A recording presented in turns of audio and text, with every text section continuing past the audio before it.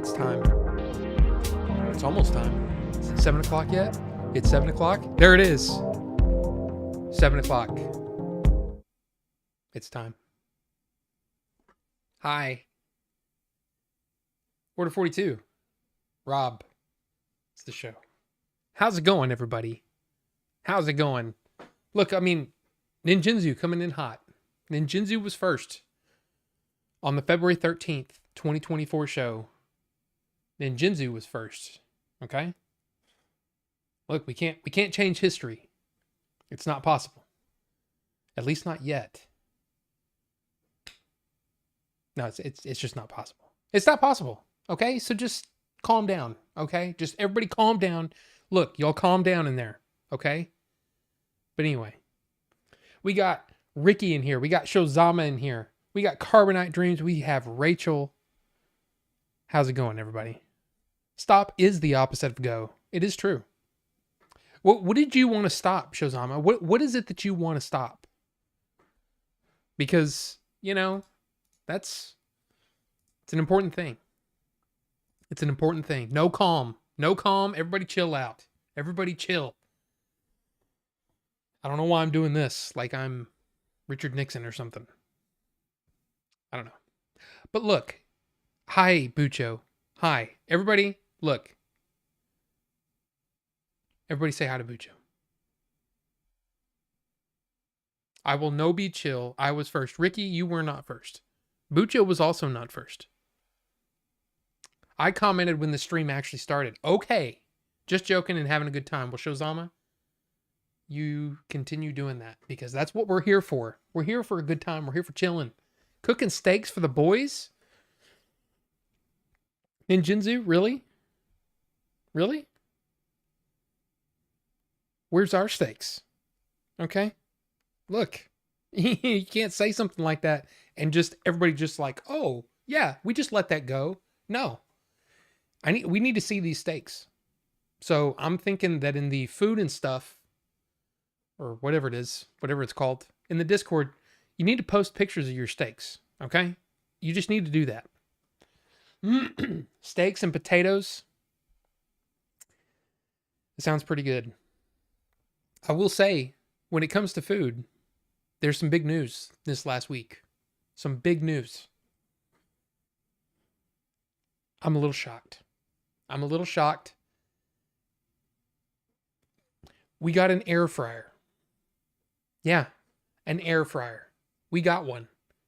And I gotta say, it's awesome. It's just awesome. I had to clear my throat, sorry. But yeah, awesome. I wasn't here about 6th, but I was second to hit the thumbs up, which means some of y'all in the chat are slackers on the thumbs up. I'm just saying. Yes, Bucho. And thank you. You know what's funny is for some reason it's not updating how many people are here. It's not updating how many likes there are. Chat revenue. I mean, let's be honest. There's not a whole lot on the chat revenue. But hey, that's okay. Because it's not what we're about. We're not about that. You know, it's not like over on Twitch where I was Rob the Idiot over there on Twitch. Anybody remember that? Anybody remember Rob the Idiot over there on Twitch? I do. I still use it all the time. It's where I do all my things. Every now and then I'll log in as Order 42 show, but for the most part, Rob the Idiot because it's funny. People laugh at my name and I think it's funny. It's a funny name. But anyway, some of us don't have thumbs. Bucho. Yeah, Ricky. What about those non-thumbs having people out there? You know? Dude, please try wings in the air fryer. Ninjinzu, that is the plan. I'll tell you what I've had so far. We had spring rolls, which were awesome. The little Red Baron pizzas. Dude, they're so much better in the air fryer. So much better. We went to, it was Sunday night. We went and watched Dune on the big screen. XD screen, right? Exciting. Got out of there. We went to Cracker Barrel. April got chicken fingers. Didn't eat them all. Leftovers, chicken fingers, corn muffins, and a biscuit. And I got to say, next day, popped it in the air fryer for a few minutes. Awesome. Now, for those of you who don't know, air frying, it's not actually frying anything. It's literally just a convection oven. It's just circulating that air very quickly, very fast. Okay? That's it. But it's awesome. That's why you need to spray things usually with some sort of oil.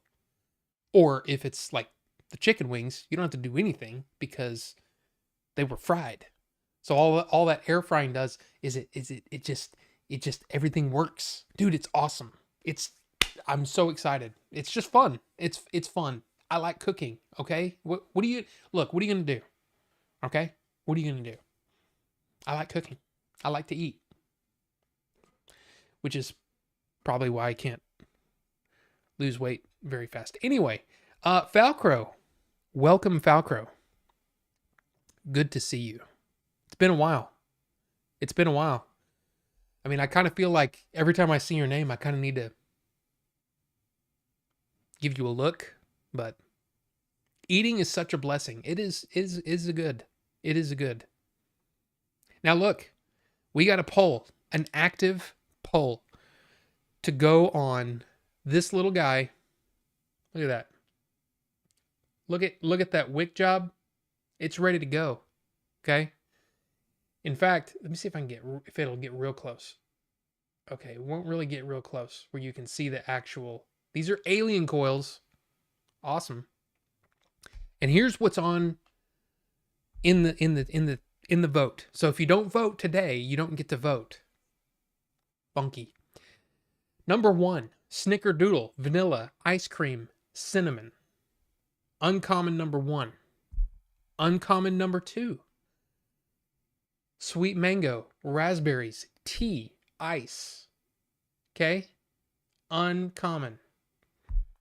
And then uncommon number 6, which is white chocolate peanut butter, sugar cookies. That's what you can vote on. You can vote on which one we're going to try tonight live from the Order 42 compound. That's what we're doing. And right now, Snickerdoodle vanilla ice cream cinnamon is winning 56% of the vote. Hey, I'm down. I'm down for it. Now, I switched out on this other one, which I love this color purple. It's just a nice color purple. And I got the green screen on it.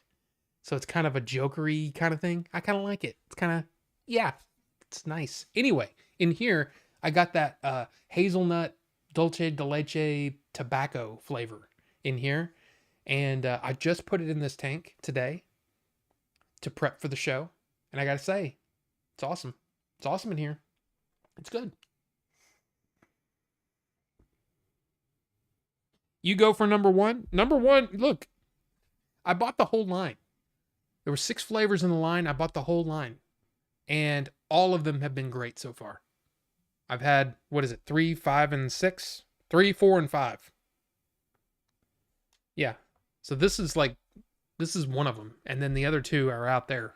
And I don't remember what they are. But they're good.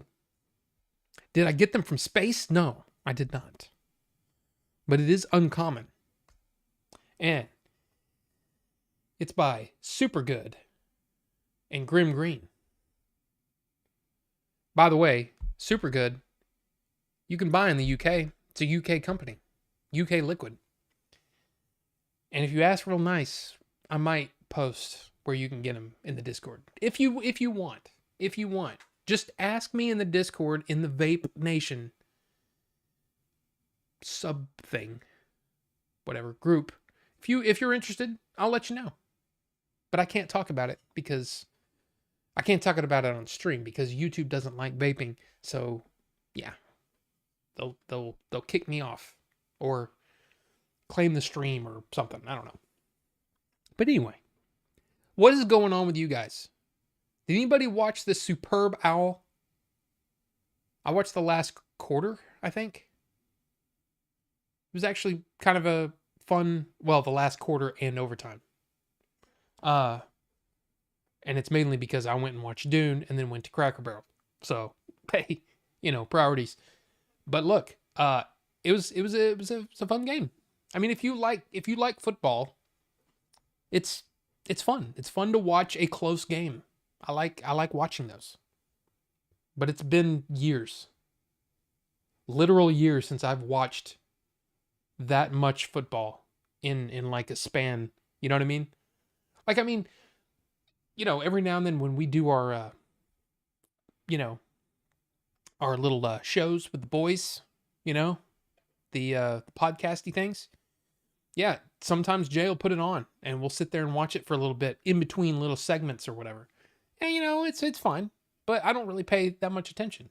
But it was actually kind of fun. Rigged, rigged. Ninjinzu, did you vote for the mango raspberry iced tea?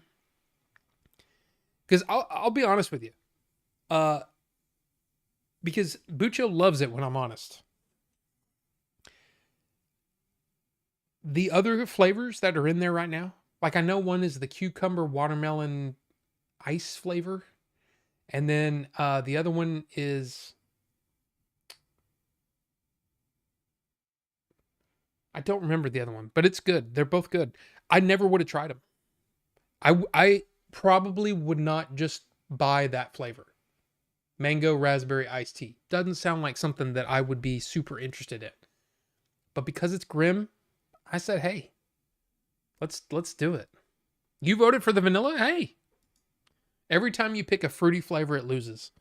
Well, it's weird because I know that I'll tell you that watermelon cucumber one is nice. It's real nice, but it feels like more of a summer flavor.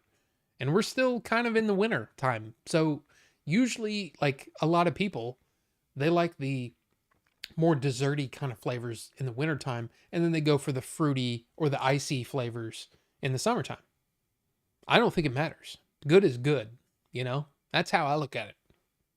That's what in fact, I've said that for years. I've never said that before. I don't think I've ever said good is good, ever. So my apologies for lying to you. I just want to say that I didn't mean anything by it. I don't want anybody to judge me by my lowest moment. I apologize for lying about saying good is good. So, there you go. Peppermint smoke sack? What? That sounds like I don't know what that sounds like. Sounds dangerous. You're here to judge, BC. I'm sorry. Please don't judge me by my lowest moment. You're judging now? Okay. I shouldn't have brought it up. You know what? You know what we should do? Because we talked about the air fryer. Look, the air fryer is amazing. It's awesome. I'm anxious to try things like the chicken wings. I want to try to reheat. Like, we haven't bought, what do you call it? Like delivery pizza in a long time, just because, we're trying to be on the healthy train. Yeah. We haven't tried that yet. Air fry broccoli. Interesting. Yeah. I mean, there's just a lot of things we haven't tried yet. But I highly recommend it. And this it's the instant air fryer, and it was on sale. Instant, I don't know if anybody's had an Instant Pot. I have an Instant Pot. It's awesome. We just don't use it very much. Or we haven't used it much lately. Yeah, this is, wow, okay. The one that I bought has already gone back up. That's not it. That's not the one I bought. That's not the one I bought. Yeah, this is it. This is the one I bought. And it's already gone back up to $119. I got it for $72 on Amazon, which was a deal. That's a freaking deal. So there you go. Oh, I guess I could have shown you the picture. That's the one I bought. So it's got the little window on it. Tap to get out of here with that. But yeah, it's awesome. It's really nice. I mean, it's good. It's good. I'll just say, like I said, microwave pizza tastes so much better in the air fryer. Which again is just convection oven. That's all it is. That's all it is. Mine got recalled from Amazon. It causes fires apparently. Yeah, that's the same as my mother-in-law had the same one apparently. I'm on Top Chat. Why did it switch to Top Chat? I don't know why. Can I do this and then maybe close that and then maybe still have this? Okay, hold on. Things are getting all crazy. All I wanted to do was try to see how many people were here. I can't even see that. I can't see the viewer. Oh, there it is. Hi. Welcome to someone who doesn't know how to stream, apparently. Anyway. Kosori? Yeah. Hers was a Kosori too. But she got it swapped out. I don't know what they swapped out, but they swapped it out and it's working again and great. So, but let's do this, since usually what we do is, we end up talking for like 2 hours and then we get to some of the news. I want to talk about some of these trailers that were on the Superb Owl. I want to talk about them. So let's do that. Let's talk about them. First up, Wicked. Now, this is one that I think most people would probably go, yeah, I don't care. I don't care. And for me, I don't really care that much either. But I've heard a lot of people say that I can't remember what it's like a conference for movie theater owners to come together and basically talk about the industry, and then the studios will come and kind of present, hey, this is what's coming in the next year or whatever, right? They apparently showed, this was a few months ago, they showed like a 20 or 30 minute sort of making of Wicked. And it was John Campea. He said he went there and he said, man, I was really impressed. Like I went from, I don't care about this at all to, wow, I really want to see this movie. Apparently it's like a hit musical and it's coming, and it's starring Ariana Grande and Cynthia Erivo. And she was awesome in The Outsider on HBO Max, or HBO, I guess. She was really good. So yeah, I mean, who knows? It might be great. And I think Jeff Goldblum plays the wizard. So they're going to wrestle in the Emerald Castle. That actually kind of rhymes. It does. And I'm not wearing green because of that, by the way. It's complete coincidence. But yeah, so the Wicked trailer, I mean, it looks interesting, but like I said, I guess we'll wait and see. We'll wait and see about that one. Then, and really, this is no order. There's no order here. He was a good villain in Ragnarok. He was. Ragnarok was pretty good, but I can see why some people look at it now as like, man, this kind of ruined Marvel, because now it's like, oh, everything's got to be goofy, and hopefully that was a thing. But look, Twisters. How many of you were actually, and this is something that you can't prove, but I know that there's very few people in the world that were like, you know what we need? We need a sequel to Twister. I mean, I like Twister. Twister's one of those movies that you just have to be honest with yourself, okay? You have to be honest with yourself. Twister is not good. It's not a good movie. It's just, it's dumb. It's kind of dumb, okay? It's just kind of dumb. But it is so watchable. Like, it is one of those movies where, like, if it's on, I'll watch it. Even though I'm like, yeah, this movie's not great, but I love it. I love it. Bill Paxton is awesome. Helen Hunt is, look, I've never been a big Helen Hunt fan. Okay? Like, oh man, Helen Hunt's hot or whatever, but she looked great. She looked great in the movie and she was good. I actually like it. And I mean the twisters look cool, but at the same time, it's dumb. And then of course, how can we forget? It's the first movie that I ever saw Philip Seymour Hoffman in, and love him. Love him. So yeah. It's just one of those things.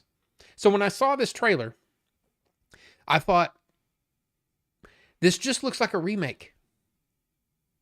Are they just remaking Twister? If so, who's Jonas? Son of a bitch. Who's Jonas? Because that's the line that I probably have said more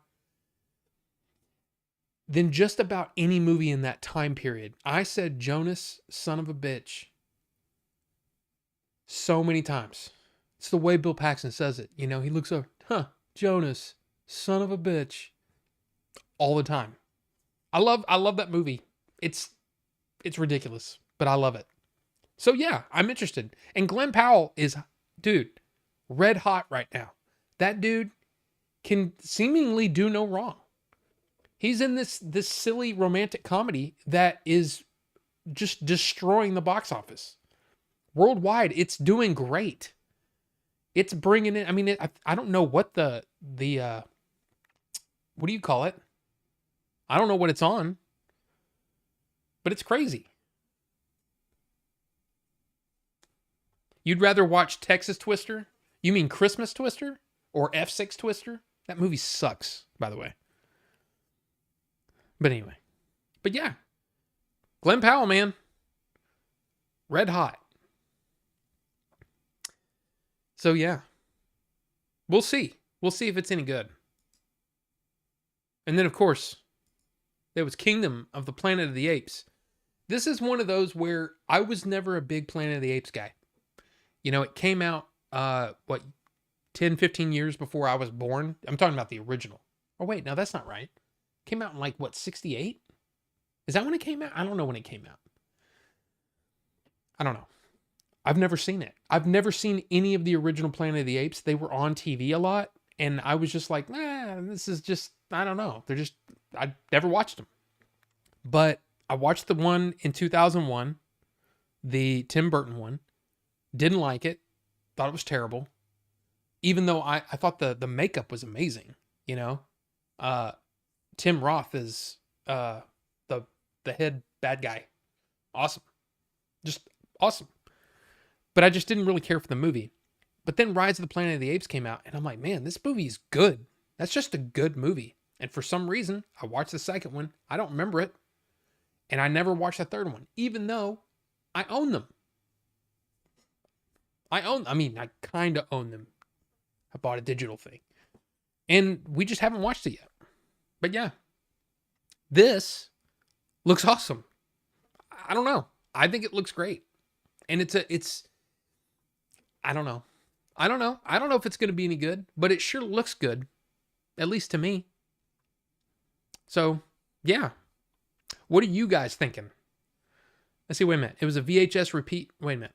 Oh, Twister. A VHS repeat for your cousins back then. Yeah, Twister needs a sequel. Well, I don't know if it's going to be a sequel, though. It doesn't seem like it's going to be a sequel. Now, I will say this. Here, let's go back to that for a second. One of the things that I saw is, because I watched the trailer again after I saw it. I watched the trailer a couple times, actually, because I didn't see it live. The camera pans up, and the side of the thing says Dorothy on it. So, obviously, there is some connection to the original, but I don't know. You're getting hungry for a twisted cone, chocolate strawberry, Cosma? How you doing, man? How are you doing, sir? You doing okay? I saw the first one in the theaters twice as a kid. It was an amazing experience back then. I think I saw it 3 or 4 times. Now, this is back when my friends worked in a movie theater, so I could just go watch whatever I wanted. Usually what was happening is like, hey, I get off in a couple hours. You want to just go in there and watch a movie? I'm like, sure. So we'd go in there, we'd watch a movie. We watched so many things back then.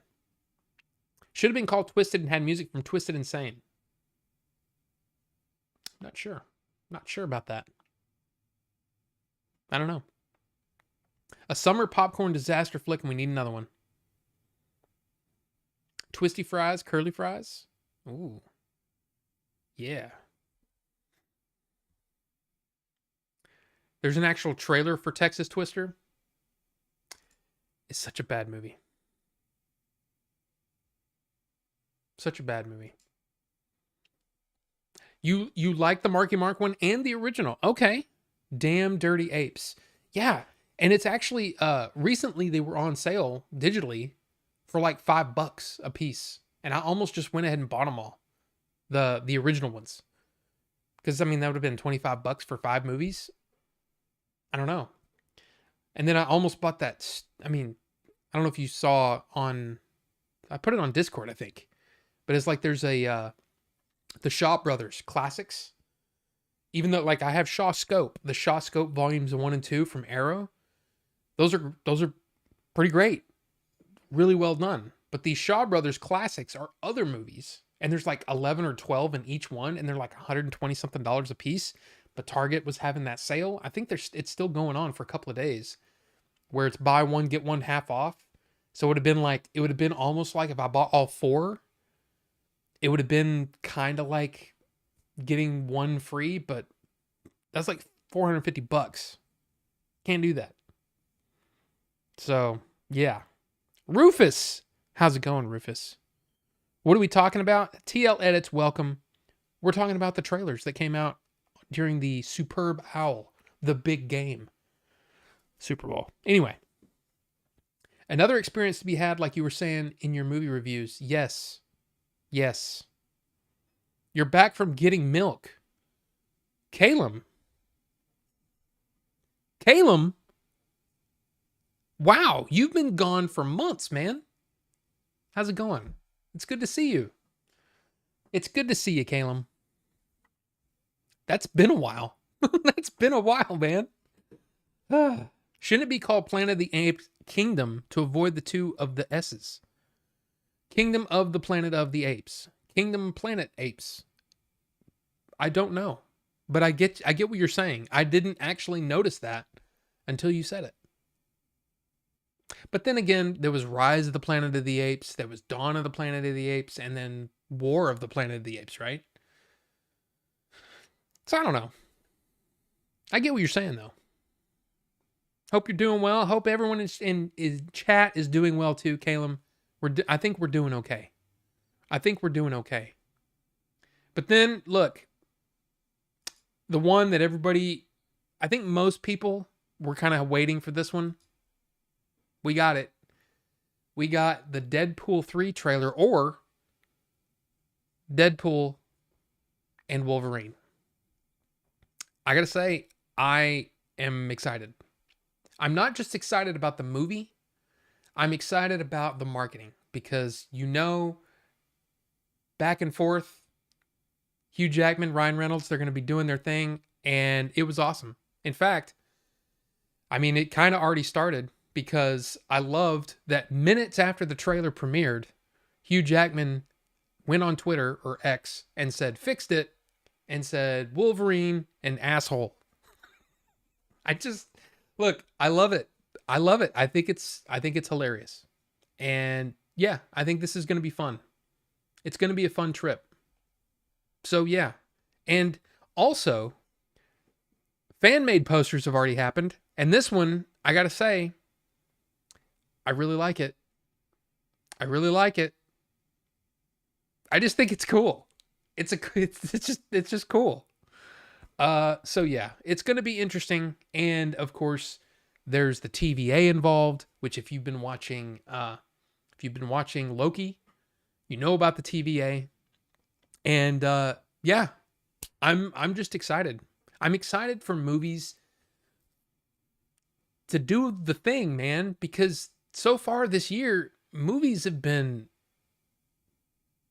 There just hadn't been a lot. So I'm really, of course, I'm looking forward to Dune. You know, Dune 2, Part 2, whatever you want to call it. The sequel to the 2021 amazing film, Dune. So we'll see. We'll see what happens. Because I mean, like, I don't know if you've been noticing, but the Madam Web, which is coming out tomorrow, supposedly. I mean, it is. Not supposedly, but it's coming out tomorrow, and the reviews have been horrific. So yeah. Yeah. No January movies for me to see, unlike last year. Yeah, it's been a very dry couple of months. So I'm excited to get back into the theater. And there's been a lot of cool things that they've just been bringing back to the theater. Of course, I got to see Dune on Sunday in the XD screen at a local Cinemark. They still killed it with the freaking trailers. I don't think the movie started for 22 minutes after its supposed start time. And it was just, I was like, would you please just start the freaking movie? And April's just like, calm down. I'm like, yeah, but this movie's already pretty long. Let's get on with it. But it was good. I will say though, this is another one of those situations where you never really know what you're going to get in the theater. There was something wrong with either there was something wrong with the sound mix or there was something wrong with the speakers, because there were parts where like when people complain about Christopher Nolan movies, right? Where there's so much, it's so loud and there's so much stuff going on, sound effects and sound whatever going on, music, that you can't hear the dialogue. That happened a few times in Dune. And I'm like, why does this sound cleaner at my house? Because that's what we did. We came home, put on this scene where April's like, I couldn't understand what she was saying. I know she was speaking English, but I couldn't make it out. I almost just burped like crazy. That was just like, wow, that was violent. Sorry. Anyway, yeah, you could hear it just fine. You hear it just fine at home. So something was messed up with their sound mix or their speakers. Either their center channel was turned down or maybe their center channel was blown. I don't know. But it was one of those things where it was kind of annoying. And again, it changed me to Top Chat. Why is it doing that? Stop it. But anyway, hi, Billy. Good to see you, sir. Kingdom of the Planet of the Apes seems like a bit too long of a title. I mean, it does. It does. But, I know, and look, Ricky, we all know that you're not a Ryan Reynolds fan.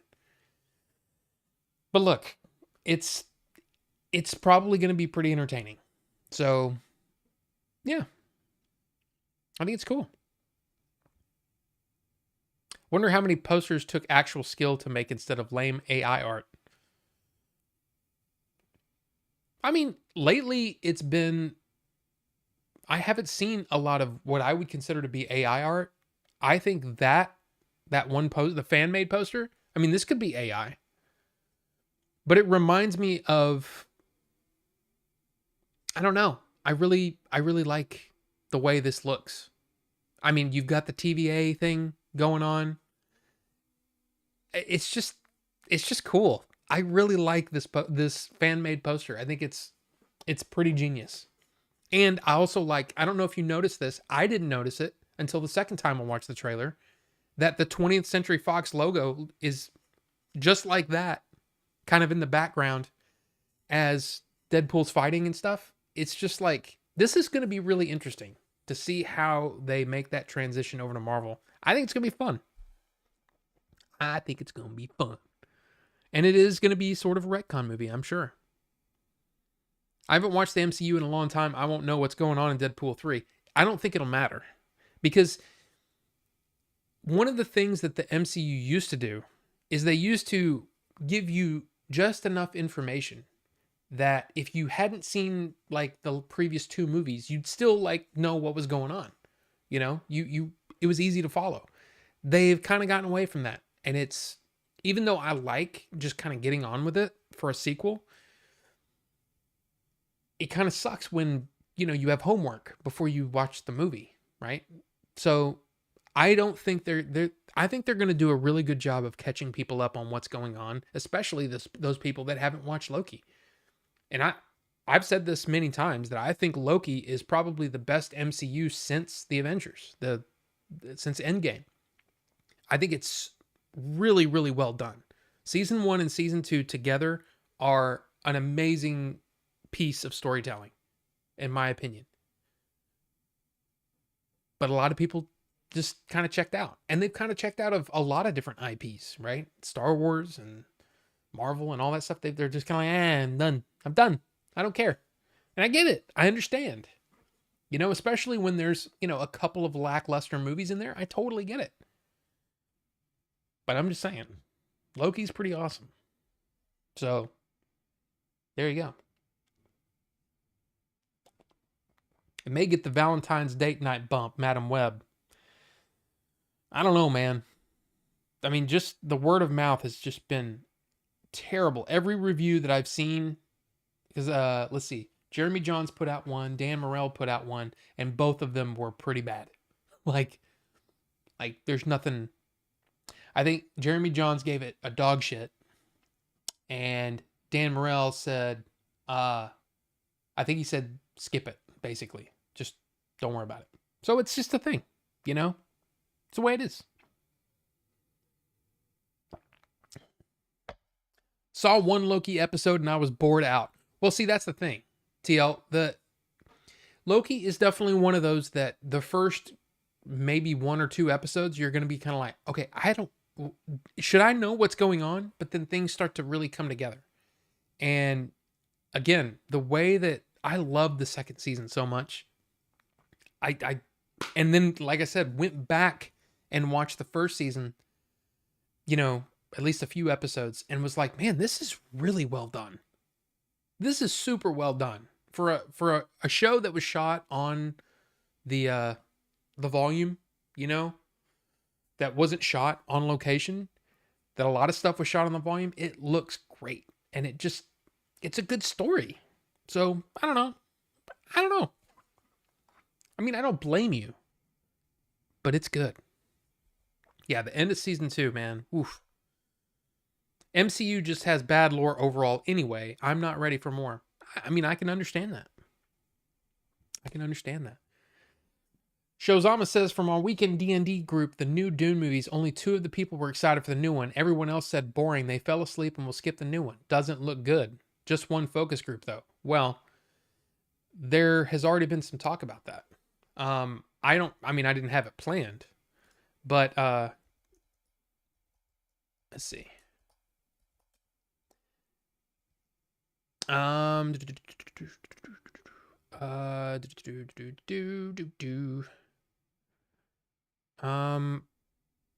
is it?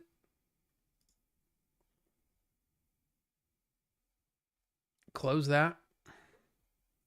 Sandworm to save box office. Dune Part 2 eyes $65 million opening. And that is supposedly on the conservative side. That some people are saying that it's going to maybe break 75.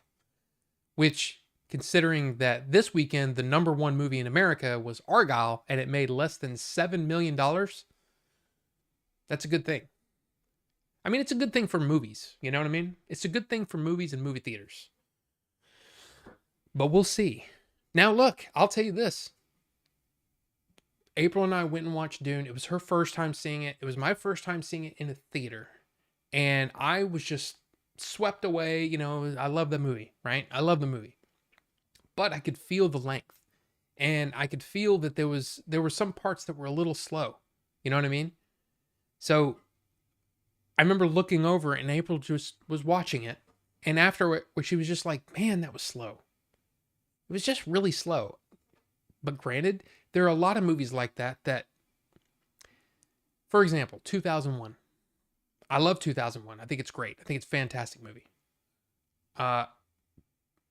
Dune. Blade Runner.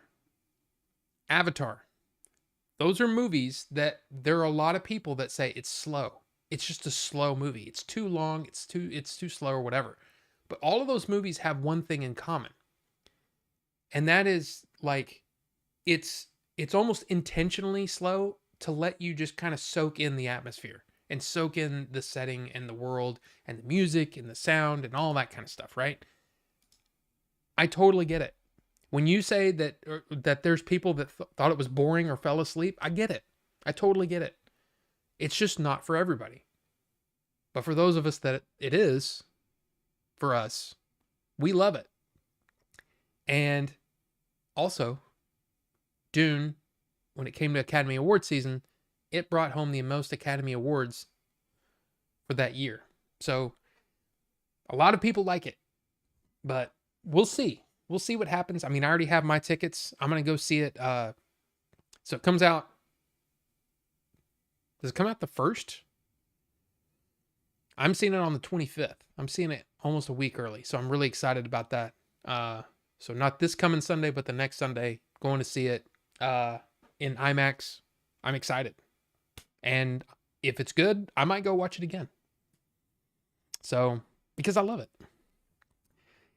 And Caleb, just seeing Hugh Jackman back as Wolverine is worth seeing the movie to me. Yeah, I mean, I think Wolverine, I'm just really curious to see what they're going to do, you know, and how things are going to get tied up. But you didn't notice the 20th Century Fox in the back?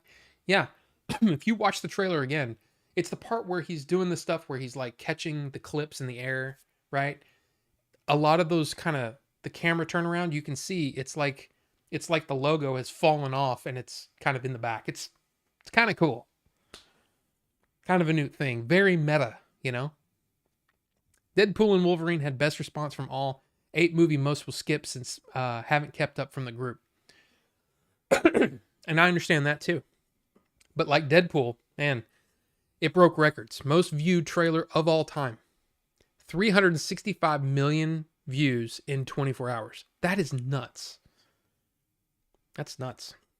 Tired of AI art is all. It's so lame and takes no skill anymore for people to make art now, and some people sell it. It's just a bummer. I totally get that, Ricky. Totally get it. I haven't really seen a whole lot of it in marketing, but who knows? I mean, they supposedly was it for Secret Invasion for the intro sequence? You know, they did that in AI, and I actually thought it was kind of cool. But it was AI that was obviously manipulated by humans. You know, I thought it was kind of cool though. But I get it. I totally get what you're saying. If the 20th Century Fox logo is in the back, does that mean Deadpool 3 is set in between the fictional and real world, as that's a logo, so it's not real? It's like digital? Well, yes, but it also... I don't know if you saw the end of Deadpool 2, but... I mean, it's been a while since that movie's been out, but there's a post-credit scene where Deadpool has an interaction with Ryan Reynolds. So, there you go. Can't be as bad as the Marvels. You know, the thing is I haven't seen the Marvels. I mean, I've heard that Marvels wasn't great, but I kind of want to see it just because, I don't know. I like Marvel movies, but I'm also way behind. So, when are they going to do something with Dormammu in the MCU? Feel like it is a waste. Spencer, I have no idea. Good to see you, by the way. But I don't know what the Dormammu stuff is because I'm a complete casual when it comes to Marvel. Don't know a whole lot about the Marvel universe at large, right? Like Spider-Man, I know a little bit more about. X-Men, I know a little bit more about because I've read some of those comics, but still, I'm a complete casual when it comes to Marvel stuff. DC, I knew a lot more about, but even then, I didn't go back. You know, like I've still got a bunch of some of the classic stories that are on my Comixology thing. You know what I'm talking, or Kindle, whatever it is now. Whatever it is now, because Amazon, of course, bought Comixology. But I have a bunch of those digital comics that I still want to read. Like I read Crisis on Infinite Earths. I've read Kingdom Come, which was great. Crisis on Infinite Earths is one of those where it was like a good story, but because I didn't know the characters, because I wasn't like, I didn't go back into the like the Silver Age and read a bunch of that stuff. So there was a lot of characters that I was like, I don't know who these people are, but it was still a good story. But again, I don't know. I don't know. Dune will do well. It wasn't my thing, but it's so popular, it's going to do insanely well. I hope so, Caleb. And it's mainly because I love Denis Villeneuve. I love his style. He's like Christopher Nolan in that, he's just got that thing where his movies look great, they sound great. I love the way he puts a scene together, Blade Runner 2049. I mean, insanely well-made movie. And I love the first Dune so much. So, we'll see. Hope so. 3 popcorn buckets. Poor April having to watch Dune of all movies. Hey, I said, look, here, Dune's coming out. Dune 2, do you want to go? She's like, well, I need to see the first one. I was like, okay, well, it's coming out in the theater. Do you want to watch it in the theater? She's like, yeah, let's watch it. So she was down for it. Now, she said the only reason that I'm still wanting to see the next one is because she likes a lot of the actors. So even though she wasn't like completely sold by the movie, she loves Timothée Chalamet. After seeing Wonka, she's a Chalamet fan. I mean, so am I. But I've seen more movies that he's done than she has. But I think Chalamet's great. I love Rebecca Ferguson. There's so many actors in that I really like. So, yeah, it's going to be good, hopefully. I had no idea Dune was a thing until after the movie. It felt like it was a setup for a major sequel. If I knew more about it, I'm sure I would have enjoyed it more. Yeah, and I read the book, you know me, bookworm and all that. But I have the, where is it? Where's my special edition? It's freaking awesome. Is that here? Where's my, oh, there it is.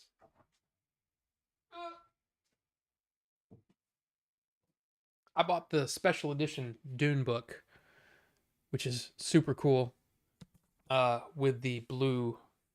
It's just really nice. But and even the look of the book is not, and you see that? Fear is the mind killer. And it's just a good looking special edition type whatever. I read it, I loved it. The first movie is basically the first half of the book. And so I know a lot of what's going to happen in the second half, but from what I've heard, put that there. Then he did an interview. I'm not going to give away any spoilers, but he did say that things are going to be different. So there's going to be some things from the next book that I haven't read that are going to be in this movie. So, yeah. But yeah, Dune's got like 15 books or something like that. It's ridiculous. Are the heart plugs in the new Dune movies? No. At least not that I know of. I mean, I don't know. Not in the first one. That's a lot of nerds. Deadpool breaks the fourth wall. It's all he's ever done. It's his superpower. I like the first 2 movies, but this one really interests me because of Hugh Jackman coming back to play Wolverine, even though he said he was done. And it's interesting because it gets to usher in like a new phase, basically, a new, almost a new start for Marvel, which is kind of cool. So it'll be on Disney Plus soon, most likely. The Marvels, I mean. Oh yeah, for sure. For sure. But yeah. Brie Larson's face the whole time was like she was exhausted and had wide eyes the whole time. Dormammu is Spider-Man.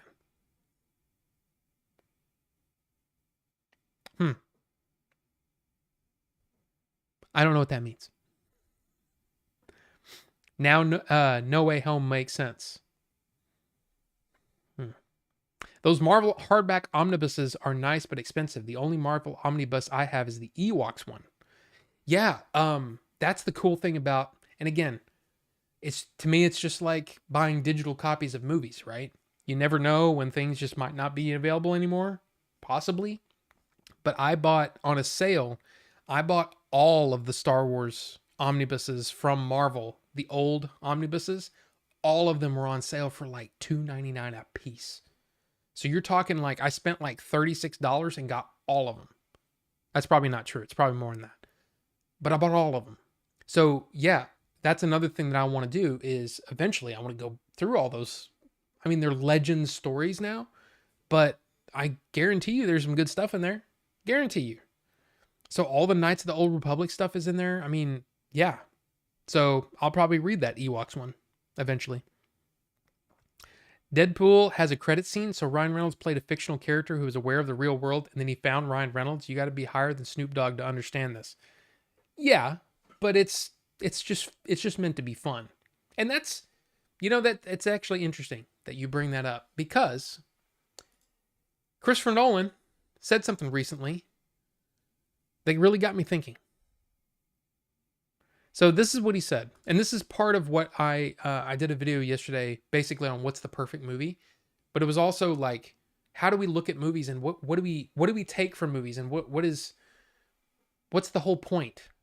Sometimes there's movies that are meant to be kind of broken down and sort of, analyzed, and then some of them are just meant to be fun. This is what he says. I feel like where people have experienced frustrations with my narratives in the past is sometimes I think they're slightly missing the point. It's not a puzzle to be unpacked, but an experience to be had, preferably in a movie theater, but also at home. The director continued that although it's about the emotional experience of watching it, you're not meant to understand everything in Tenet. It's not all comprehensible. So it kind of hits what you're saying. There's some of those things where you're like, but wait a minute, that doesn't make sense, blah, blah, blah. But I think in a lot of cases, what he's trying to say is that some of his movies are meant to just be like, okay, did I enjoy myself? Did I enjoy the ride? And that's what Tenet is.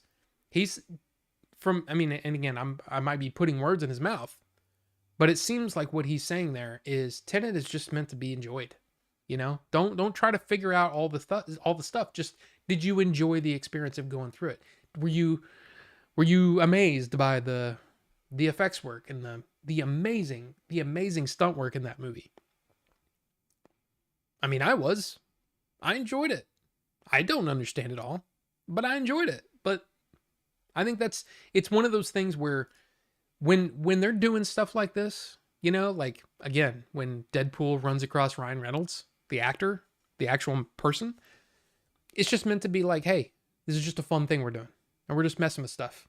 The 20th Century Fox logo in the back. I don't know. One of the things that was brought up on the John Campea show, Rob Meyer Burnett was talking about, so at the end of, I don't want to say that just because it sounds like you haven't seen that thing, and I don't want to ruin it.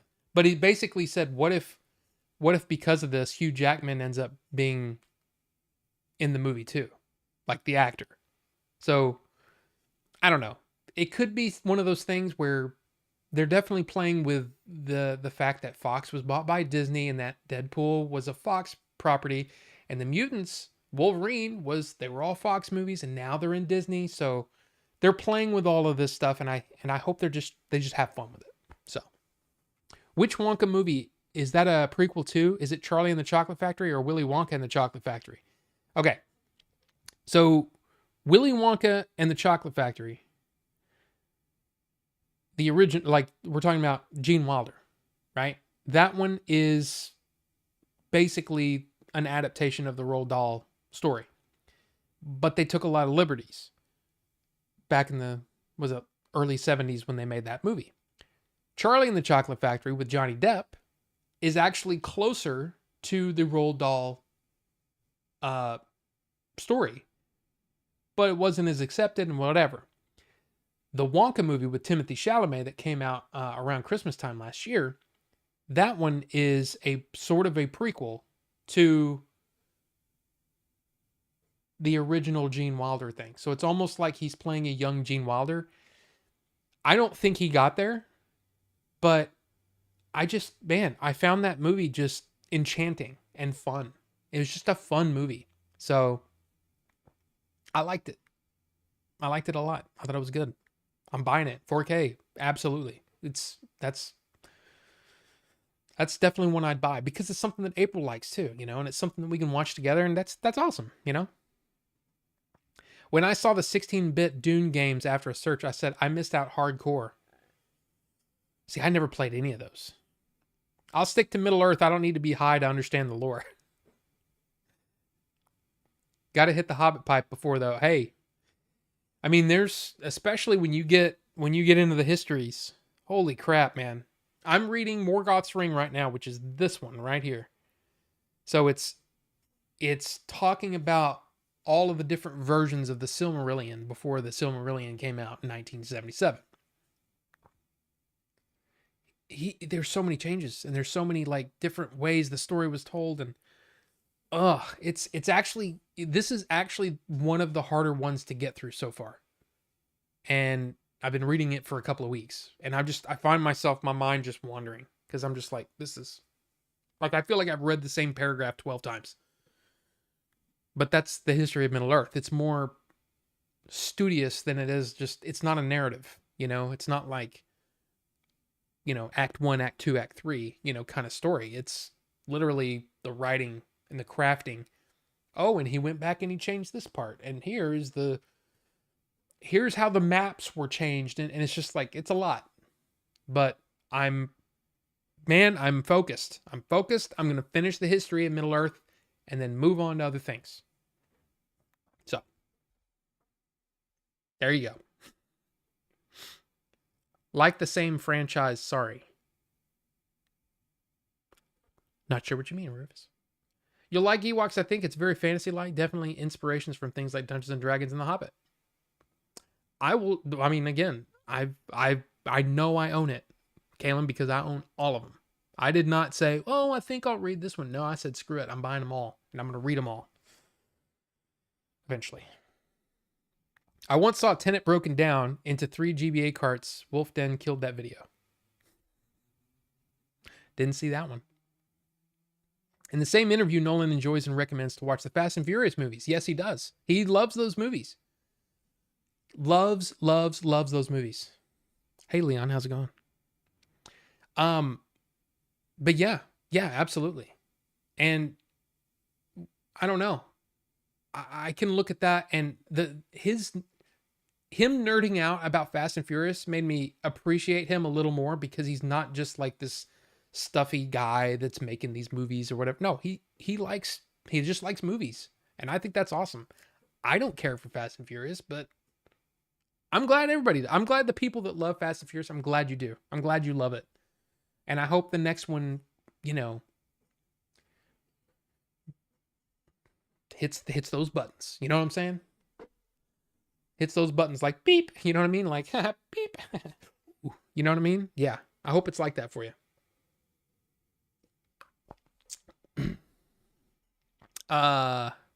After Deadpool 28, Wade carried on making references to issue numbers, making jokes that flirted with the fourth wall, but the first true fourth wall break, where Deadpool openly references not being a real person, didn't happen until Deadpool 33.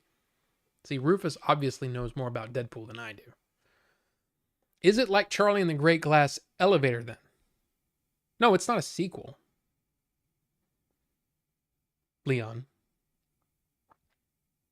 Because that's the sequel. But Wonka, the movie Wonka, is literally a prequel to, it's a young, take the Willy Wonka that was in Willy Wonka and the Chocolate Factory, Gene Wilder, make him young.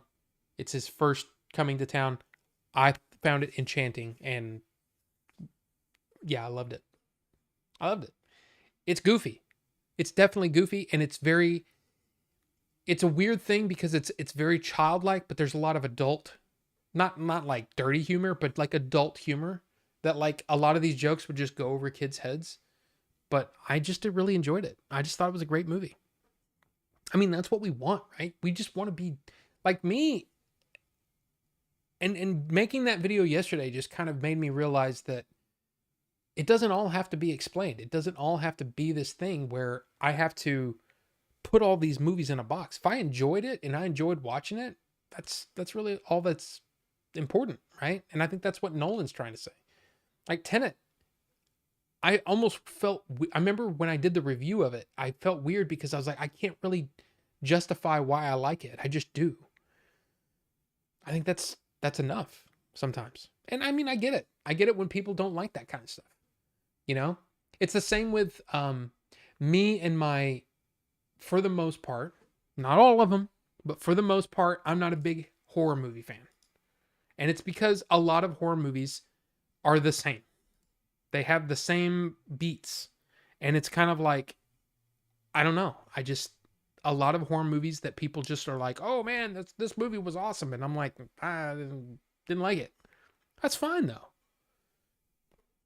And I don't discount the entire genre either. I'm not going to not watch a horror movie if it's gotten like, you know, I watch reviews on everything, you know? That's why I like following somebody like Chris Stuckman, Jeremy Johns, Dan Morrell, all these other movie guys, right?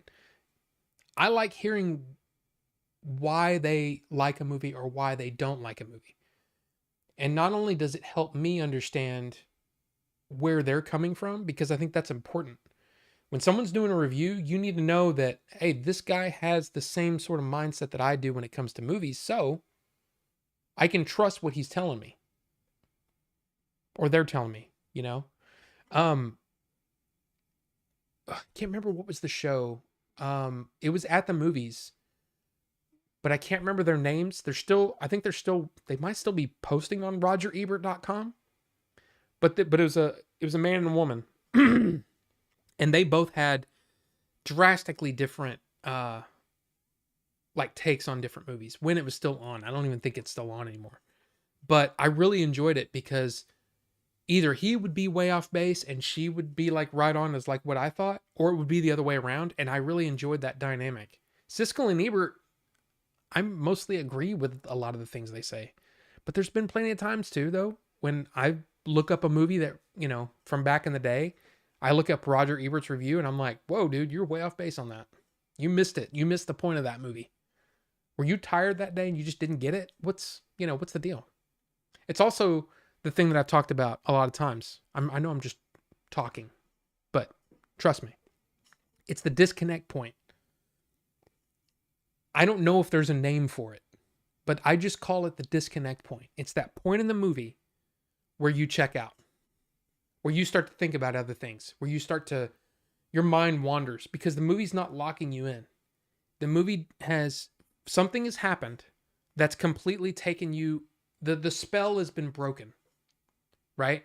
And like for many people in The Last Jedi, as soon as he started cracking jokes, you know, your mama jokes, you disconnected. And you were starting to see, it's almost like you start to see the seams, you know what I mean? Like you start to see it as just a thing and not like this story, this sweeping thing that'll sweep you up and keep you involved. Me, I let stuff like that, I try, doesn't always happen, but I try to let that stuff just kind of go off. For me, in The Dark Knight Rises, the first time I watched it, I completely disconnected with the movie when, spoiler alert, I guess, when Alfred quits. Because I saw that as a complete betrayal of the Batman mythos. Through it all, Alfred's seen it all. He doesn't quit. He doesn't quit on Bruce. And it pissed me off so bad that I could not enjoy the rest of the movie. This was opening night.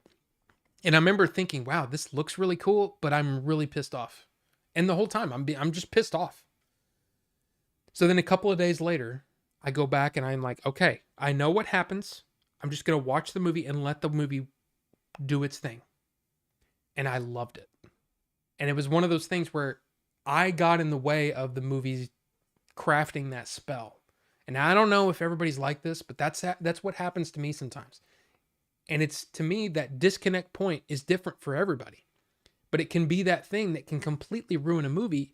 And then you start thinking, what you start doing, what a lot of people started doing in certain movies, is they started at that point starting to pick apart the movie, and you start to see all the problems. The problems are more apparent because you're not under the spell anymore. If you're under the spell, you might notice that, okay, that didn't look great or that wasn't fantastic, but I'm still in the spell of the movie and I'm still enjoying the movie. When you're disconnected, you can't. And so for me, I think a lot of people with The Last Jedi, they were immediately taken out of the movie. And then of course when Luke throws the lightsaber, then people are just completely like, and then they start nitpicking every single thing. And it's one of those things. It happens. So to me, it's important to try not to have that disconnect point. You know, hopefully there's that, you make choices as a storyteller to not knock people out of that spell. But anyway, I don't know if that makes any sense, but that's something something I've been thinking about a lot. Dormammu and Spider-Man are the same franchise. Oh, I don't know. I probably should have gotten them digitally. The Ewoks one cost me $50, and that was under MSRP. Wow. Yeah, this was just some sale that they had a while back on when it was still Comixology. So that was a while ago. But they're still all in my library. And of course, now it's synced with Amazon. So it's on my, like I can read them on my Kindle if I want, but that'd be in black and white. That wouldn't make sense. I mean, if I read manga, then yeah, that would be, the Kindle would be, dude, that new Kindle is, I gotta say, is awesome. It's awesome, but I have no need for it. But anyway, Fast and Furious, greatest movie franchise ever. Like all the best people, Nolan is also on record saying he loves MacGruber. I still have never seen that. Never seen it. I Googled it. I thought he always broke the fourth wall. Interesting. Whole message was just to say Rob Zombie is an edgelord.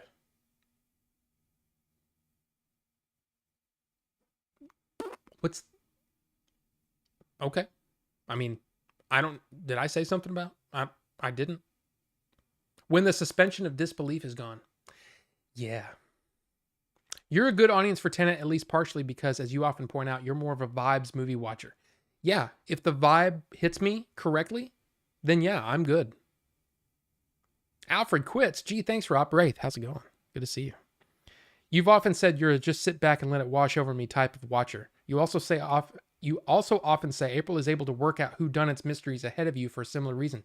Yes, because the way that I look at it, and I've said this before, so briefly, if a movie is doing its job, I don't think ahead. I let the movie tell me the things and let things surprise me, you know? It doesn't work with April. She's constantly 12 steps ahead because she's thinking about 17 other things while she's watching the movie too. And I don't know if that's just a female thing or if that's just a me thing. You know what I mean? If that's just something she does because she's April, or if that's something that all women do. Because I've heard that. I've heard women tend to, their ability to multitask is greater than men. I don't know. Which is probably what makes me a terrible streamer. And I get way behind in chat because I go off and rant. And then I'm like, oh yeah, I'm streaming and there's actual interactivity going on. And I could be paying attention to that. Anyway. You're not trying to engage critically. You're just trying to let yourself feel what the storyteller is trying to get the audience to feel. That's a good way to say it. It's a good way to say it. Other people might say you're just a sheep. You know, you're just sitting there going, duh, let me watch the movie. You know what I mean? But again, if those things, like, for example, in The Last Jedi, those things at the beginning of the movie had bothered me that much, I would have been right along with everybody else and said, yeah, this movie just doesn't work. Because I would have been seeing all of those problems. Like, I don't think Canto Bight is the greatest sequence ever. I mean, I don't think it's probably in the lower tier of sequences in all of Star Wars. But I think the Luke and Rey and Kylo Ren stuff is like way up there toward the top, like top third of, and I'm not just like, not just sequence, but storyline. That whole storyline is just, to me, is awesome. I know a lot of people disagree with me, but I love Luke and the whole thing. You know, I related to his angst and his fear of, or his failure, and then his basically try to scramble to some sort of, I don't know. I identified with it. I know a lot of people didn't like it, but it worked for me. If you don't know Alfred Quits, just watch the movie. Well, I mean, yeah, but I try to do the same thing, but I'm not as good at it. Yeah. I like that Luke throwing the lightsaber scene too much. It was like, forget your theories. See, that's what I thought. I thought that it was because even though I liked a lot of The Force Awakens, I know. And we're not getting on a Star Wars thing, I promise. Look, Star Wars is one of those things that, man, you get me going, man, we could be talking about Star Wars for whatever. But to me, it was like a lot of people, that was the last straw, right? That was the thing that took them out of the movie completely. For me, that was oh, okay. So you're basically saying that what you expected from JJ, I'm going my own way here. And we're forging our own story here. And it made me interested. It made me lean up like, oh, really, sir? You're going to do that. Okay. And I was intrigued. I know in a lot of ways, The Force Awakens, when it came out, there seemed to be mostly praise. I mean, of course, there were people that didn't like it, but then it seemed to shift. And there were already starting to be people that were like, but it's just a remake of New Hope, and it's just all this stuff. And so knowing who Rian Johnson was as a storyteller, I was really kind of looking forward to, okay, so he's running with the ball, right? JJ's running with the ball, and he's passing it back to Rian, and Ryan's going to take it. Where's he going to take it? And so when he did that, I wish they would have done the other take. I don't know if you watched the making of, but there's a different take where he throws it differently, and it doesn't look like a goofy, you know, it doesn't look as goofy. It looks more purposeful. I don't know how to explain it, but it's different. And I was like, that actually looks better than the take that you kept in the movie. I don't know what happened. I mean, it could be any number of things, but anyway, what I'm trying to say is, yeah, I was intrigued. And I thought Ryan was trying to take it in a thoughtful direction instead of just rehashing things. Now, a lot of people say, well, it's just like Empire Strikes Back, though. Okay. I mean, maybe.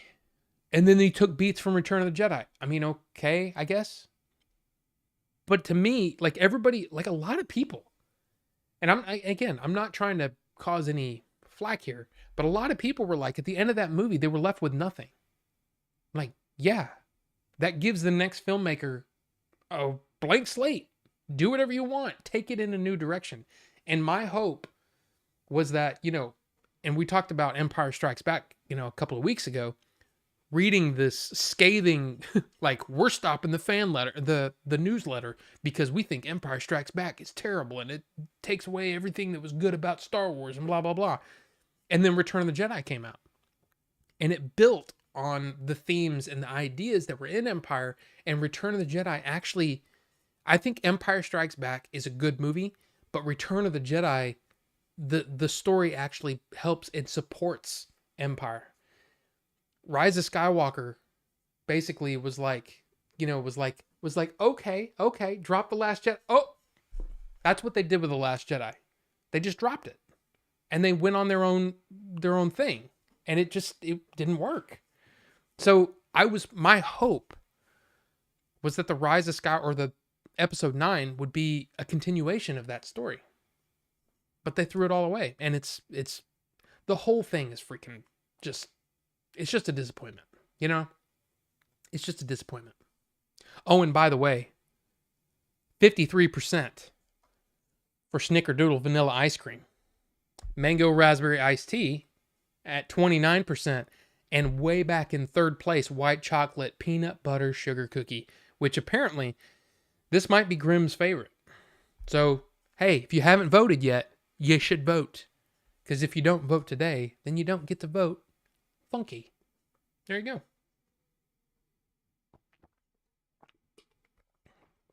And also, yeah, you need to remember, you got to stay hydrated, which is why I have my tea and then I have my water right after. You got to stay hydrated. Let's see. What do you guys have to say here? I like that Luke. Oh, yeah. I get too critically engaged too easily. I did mostly enjoy Tenet, though. You should watch MacGruber when in a mood for a comedy. Shozama, Bucho's been telling me that for years, and I just have never got around to it. I definitely need to watch it. I definitely want to watch it. I do. I'm not lying to you. MacGruber. No. Wait, it's a show too? It's a show too? I didn't know it was a show. MacGruber movie 2010.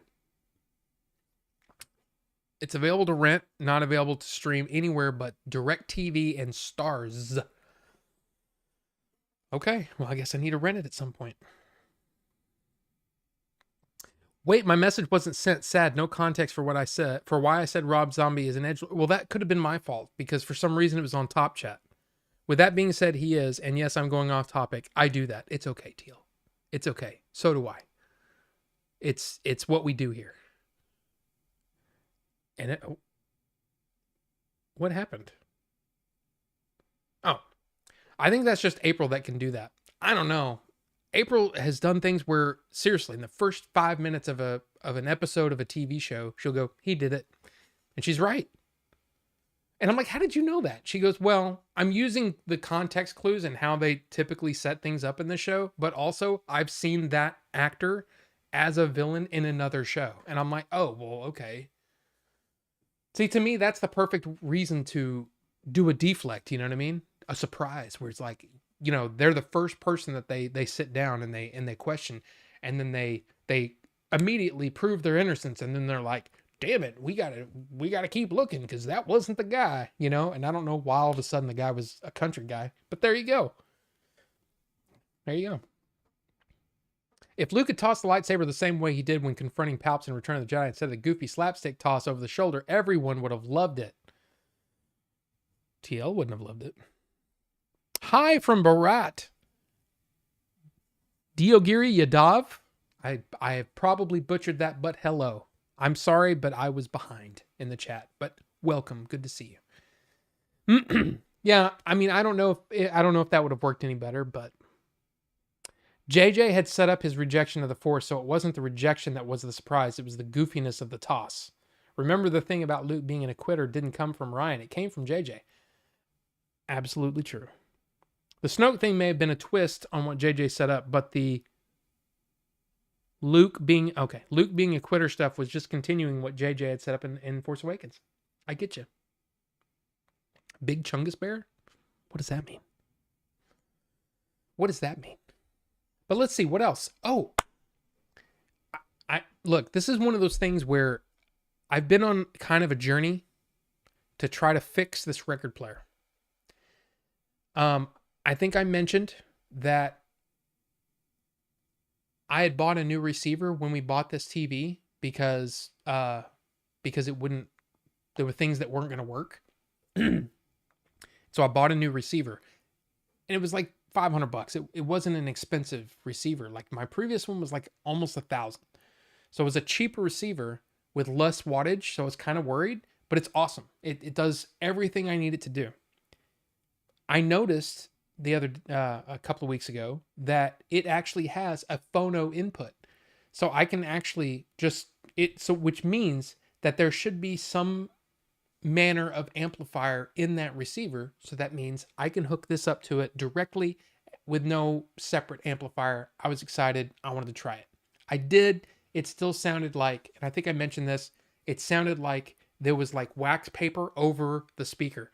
So it had it was muffled, but it just didn't sound right.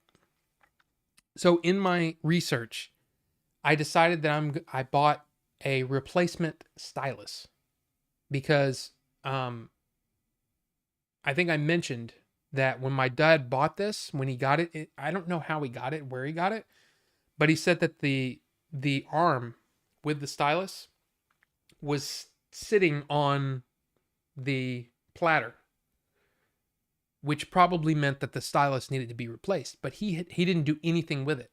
He was planning on hooking it up and doing all the thing. He never did that.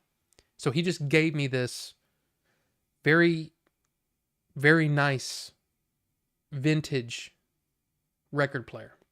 And so I'm going to try to fix it. Bought a $30 stylus. So let's see if that works. It's on the way. So I'll keep you abreast, if you will, of what happens. Because I would like to every now and then hook the record player up and be able to just sit back and enjoy an album. You know, the way that they were meant to be enjoyed. And again, it's one of those things where it almost seems archaic to me. It's kind of like, I think a lot of people probably look at physical media the same way. They're like, why would you buy a disc of the same thing that you can just get online for free or, stream or whatever? It's a different experience. And you feel, because you're holding a thing, there's a connection to it. It's the same as, physical games, digital games. I'm sure all of those things come into play. I don't have that affinity for physical games, mostly because, let's be honest. Recent games or the industry, the way that they've been doing things, the full game is not on the disc a lot of times, or before you can even play it, you've got to update it and you've got to sit there and wait for, 2 or 3 gigs to download or however many gigs. So it's at that point, the physical disc becomes almost a barrier to the enjoyment of the thing instead of just the enjoyment of the thing. I mean, you put in a Super Nintendo game, ka-chunk, you're playing the game. There's no updates. And it is what it is, faults and all. So it's one of those things where I don't really see a point today for physical games. At least the current generation. You know what I mean? It just doesn't make sense to me. But with this, it could be something that's like, this is more trouble than it's worth. But that's also why I don't want to spend, however much. Like, I have no idea what's wrong with it. It could be something internal, in which case I would need to take it to one of these local places that do repairs on vintage record players. I just figure, hey man, it's a $30 stylus. I'll try it out and hopefully it sounds better. And if it does, cool. And if it doesn't sound better, then I'll call up one of these places and go, here's what I got. How much is it going to take for you to look at it and to tell me what's wrong with it and all that kind of stuff. But we'll see. But I just, look, yes. I mean, there's so many records. I think I showed you how many records I have from my family. All of my dad's records, all of my mom's records, who, passed away a few years ago. I have a lot of my sister's records in here. So it's one of those things. It could be really cool. And it could be that almost like an attachment to those people. So there you go. If I go see a movie, okay, I think this is where, if I go see a movie or TV show and a significant other or family or friend calls out who did it, they aren't allowed to watch movies and shows together. Shozama, absolutely true. A movie, I'm very adamant. Don't tell me what happens. But a TV show that I didn't care about anyway, it didn't matter. Look up Big Chungus It's just obese Bugs Bunny. He's my spirit animal. I mean, I'll look at it. I don't know if I want to pull this up. Oh, yeah, yeah, yeah, yeah. Okay, gotcha. Gotcha. Yes, I have seen that before. I didn't know that's what it was. But yeah. See, this is what I was thinking.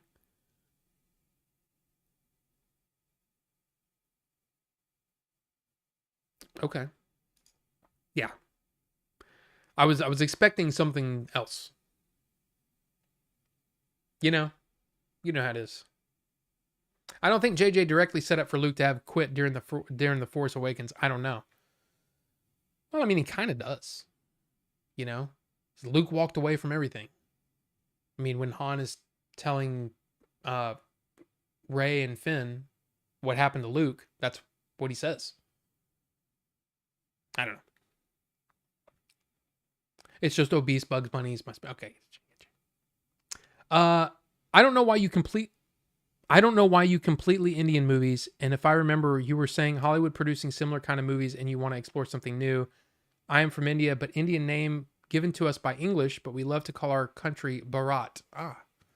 Completely left Indian movies. Oh, here's the thing. I didn't completely leave it. I got really frustrated because all the movies that, like, a lot of people were telling me, oh, yeah, yeah, yeah. I mean, I think you may know this, you may not. Where I am with Indian movies is that I was irritated by the fact that so many people wanted me to watch these movies, so I was keeping track of comments, right? So it was like 150 people or 150 comments said to watch this movie, right? Or I don't know, I'd have to pull up the list again. But it seemed like every single one, I had to pay an extremely crazy amount of money to watch it. Now, I don't know about you, but I don't really want to spend $20, $25 to watch a movie that I've never seen before, that I may or may not like. Going to the theater is a little different, because I usually know what I'm in for. I have no idea what I'm in for with these movies, right? So it was that barrier to being able to watch them. And then on top of it, a lot of the recent movies that I've had suggested to me. Ow! I hit my knee on the desk. I'm sorry. A lot of the recent ones that have been recommended to me, they don't hit me. Like, I can't remember what the one. It was a recent release, and I saw the trailer and I'm like, sorry, but it looks a lot like the last one I watched, and I wasn't interested. And it's just like there's plenty of movies that come out here that I'm not interested in. But yeah, it's not that I've completely given up on it. It's just that the ones that people have recommended to me, for whatever reason, I can't watch. And I got really frustrated and I said, okay, I'm done with that for a bit. Let me go on to something else. On top of that, I've had things that have pulled me away from reviewing movies. I don't know if you've realized this, but I haven't reviewed a movie in a while, like a new movie in a long time. Or a new to me movie, you know what I mean?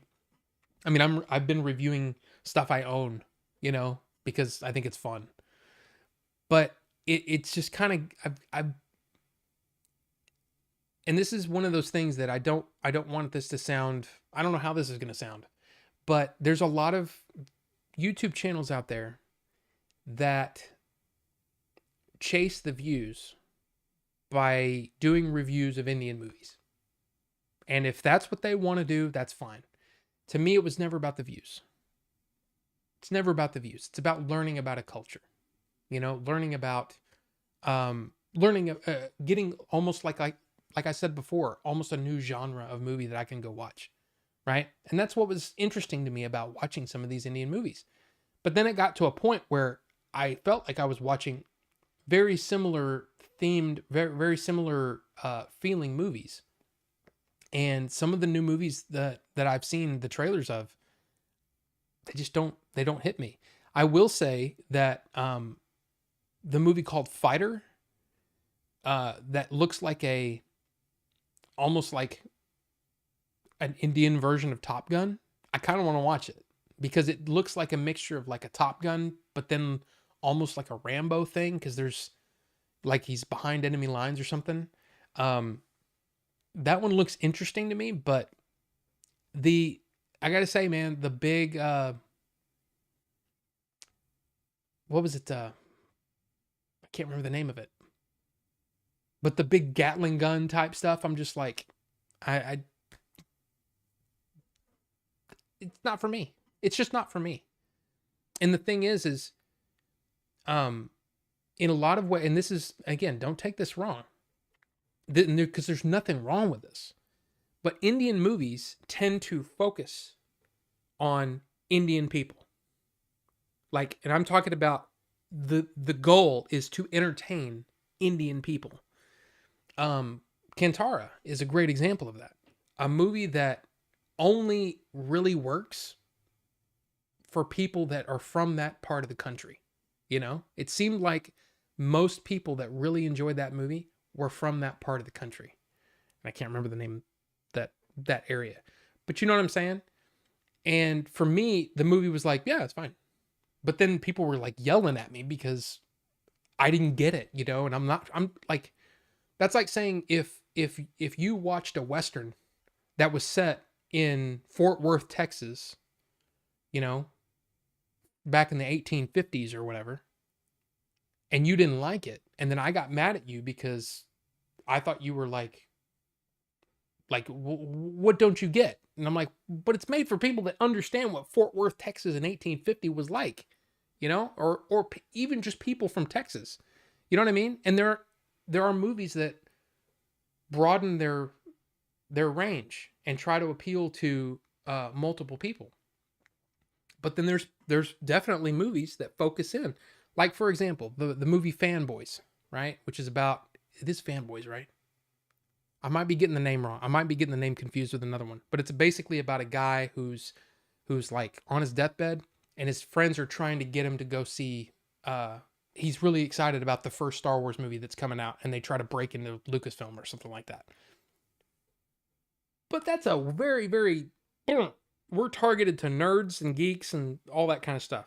It's not meant to be like this huge thing where everybody gets it, right? So that was my whole thing, is that Indian movies tend to laser focus on Indian people and aren't, I'm not saying that they're not meant for others, but if you don't get it, that's just because you're not from the area or whatever. And that's, yeah, it's just not for me. So I'm waiting for that movie, because trust me, I pay attention to trailers and all that kind of stuff, and I try not to. I think the biggest problem with the way that I did those reviews is I started it off by saying, "Hey, here's some of the ones that people are saying that I should watch.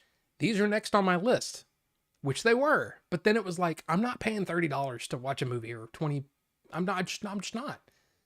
Rent it for $5, sure. But I have to sign up for the service and then pay for, no, because in the US it's different. So it frustrated me, because it was like, you guys are getting in the way of me making content. And I got really frustrated.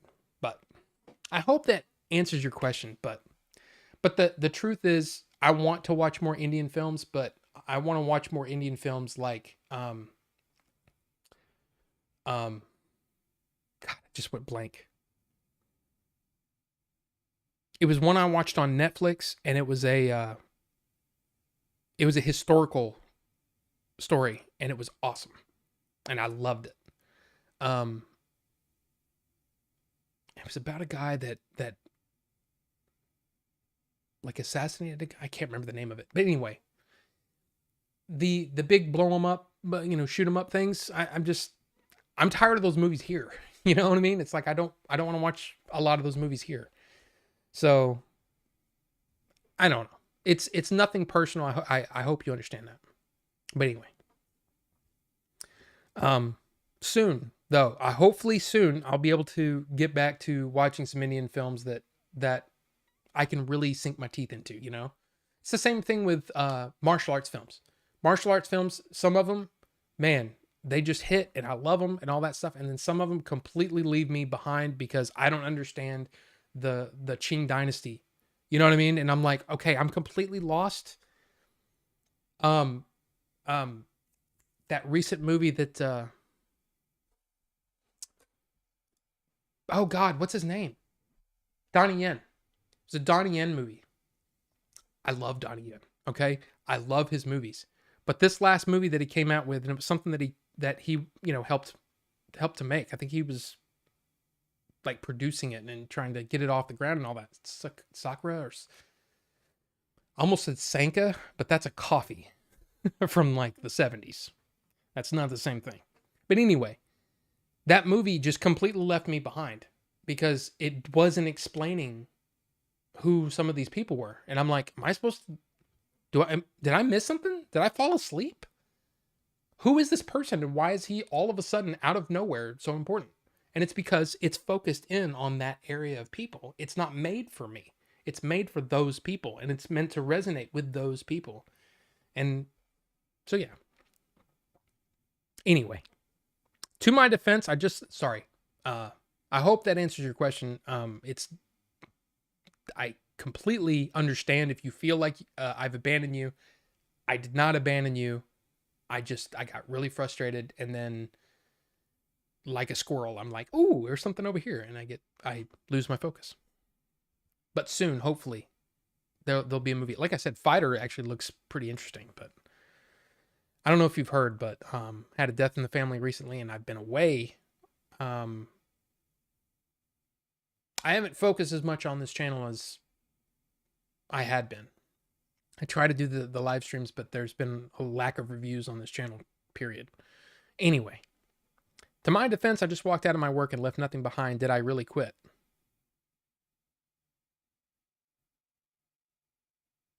I mean, that's a good point, TL. Possibly. Han spills it out directly that Luke quit and hadn't been seen for several years. Meanwhile, Snoke and co caused monumental suffering throughout parts of the galaxy while Luke did nothing to fight back. If that ain't quitting, I don't know what is. I mean, yeah. Big Chungus is a wholesome rabbit in most places. I hope to God if there's anything unwholesome about it, I don't know about it and I don't want to know about it. Well, I mean, I just didn't know.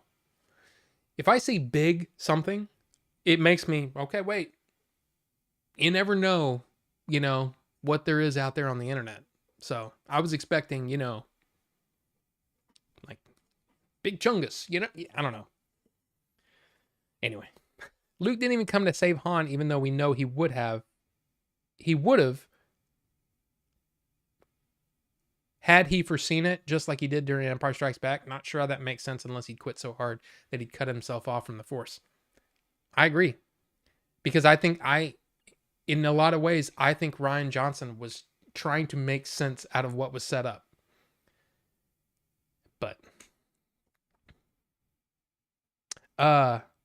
yes, that's it. Sardu Adam. That was a good movie. The Monkey Man. We've been talking about that. I think that trailer is awesome. And Dev Patel is a really, really, I mean, he's big here. I'm interested in seeing that. And of course, Jordan Peele producing it, or not really producing it, but basically saying, getting Dev Patel in the room with the studio and go, hey, y'all talk to each other. Let's make a deal. That's what Jordan Peele did. And I think that's cool. Quentin Tarantino did very similar things for a lot of filmmakers from Japan and China, I believe, in the late 90s, early 2000s. Because you would see Quentin Tarantino Presents, which is usually hey, I hooked these people up so we can put his name on the poster. But anyway, actually, Indian companies provided cheapest internet services to us, and that's why even a street vendor or 7th or 8th grade kid has internet, and that's why we have lots of population. Oh, absolutely. But you do it. I mean, I hope you guys know that there are people that are really just playing to you. You know what I'm saying? To the Indian population by talking about, oh man, this movie was awesome. I don't know if to me, it's just like chasing views by being negative. And I just find it very, it's the one thing that I've tried to do I don't know if I've succeeded, but I always try to be honest, as honest as I can when I'm talking about a movie. If there's something that I don't connect with or I don't like, I'm going to talk about it. Because I mean, I'm talking to anybody who might watch the video. If it's an Indian person or if it's an American person, I I love that even if just a few people watched some of those movies because I reviewed them and talked about them, and and people were like, yeah, I'm going to check that out. Then I feel like I've done my job. But I don't want to be those people that just chase views, because that's not what I'm about. It's it's never been about that. It's basically about the love of movies and love of that. You know what I mean? Monkey King. Well, the Monkey King is oh yeah, the Monkey King movie with Donnie Yen. No, it was, yeah, I don't remember the movie. But Monkey Man with Dev Patel looks awesome. Awesome. Disagree on the Indian films, and I got the Donnie Yen film. Uh, Maybe we should do a watch on Discord together just to fill in any gaps you miss. I am not part of either community and get those. Oh, and get those movies. I usually explain to my friends those movies.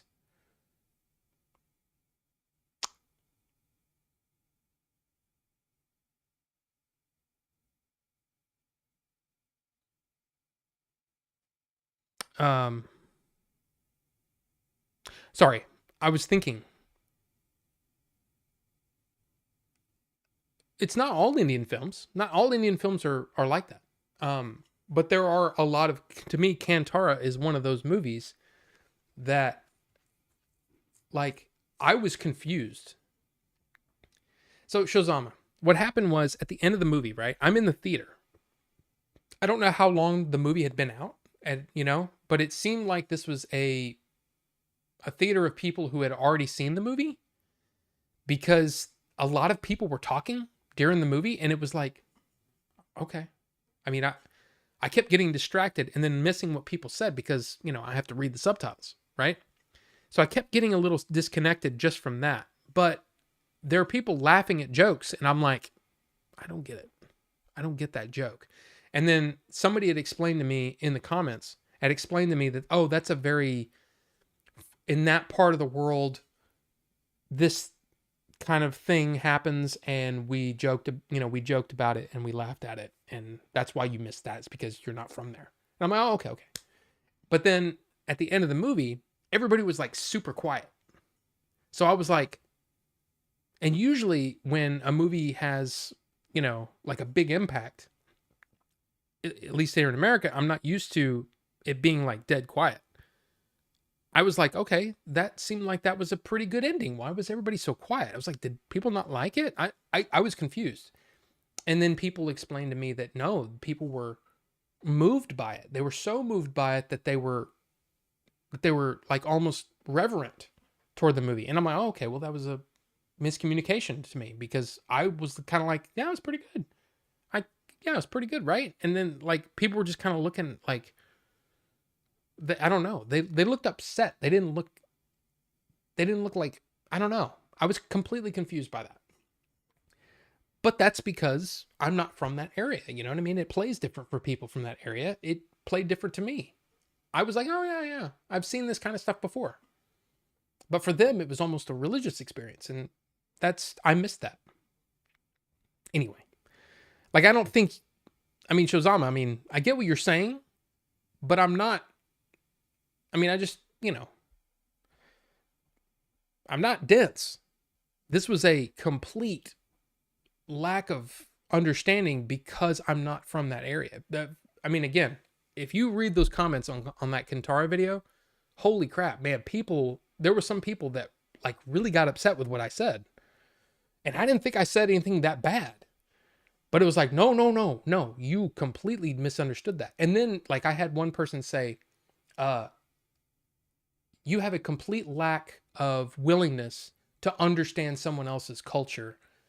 Like really went off on me. And I'm like, okay, look, I just went and watched a movie. I don't think that I should have to learned the entire history of a continent, or a country to be able to understand a movie. If a movie does its job, in my opinion, if a movie does its job, they should at least help those along. And if not, then that movie's not for me. That movie's not made for me. That movie's made for people who already understand this thing and that have already, you know what I mean? Like their whole lives have been immersed in this culture. I'll never be that because I grew up here. I didn't grow up in India.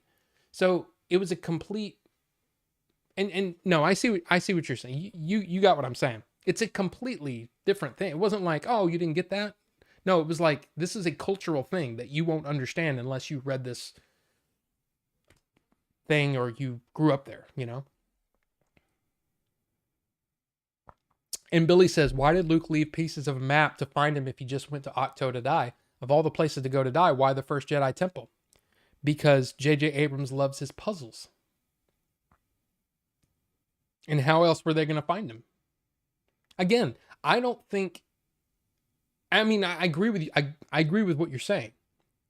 But I think J.J. Abrams really just... He's like, okay, we've got to take Luke out of it.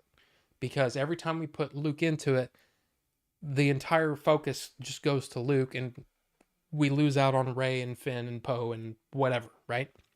So we've got to take Luke out of it. How do we find Luke? Well, maybe there's this, breadcrumb trail. Did it make sense for him to do that? No, it doesn't. Does it make sense for R2 to wake up when BB-8 comes back? I don't understand there's a lot of problems with the movie, but that's more on The Force Awakens than The Last Jedi, in my opinion.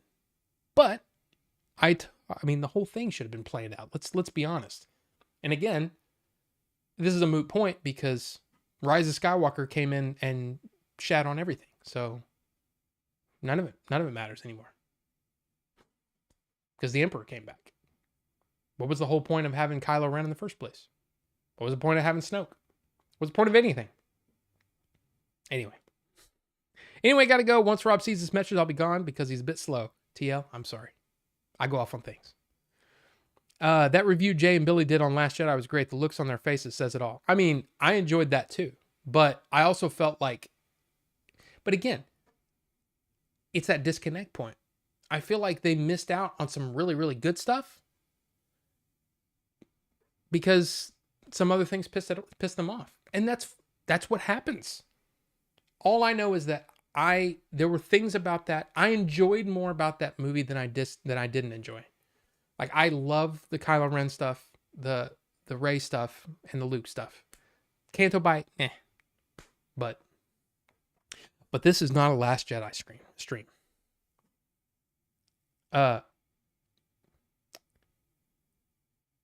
The best Monkey King movie I've seen is Journey to the West, Conquering the Demons. Don't know about that one. And Kantara, an Indian person talking over the phone for more than 15 minutes. Yes, I forgot about that. Yes. It was weird. It was almost like that guy had already seen it. Or he was just...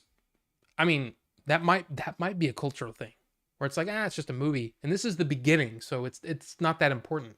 But I'm like, I want to take in the movie, completely, without stopping. Like when I watch, some of these movies are long. I try to watch them in one sitting so I can really get it. But yeah, it was like this guy was like right next to me on the phone, talking. And I'm like, dude, what are you doing?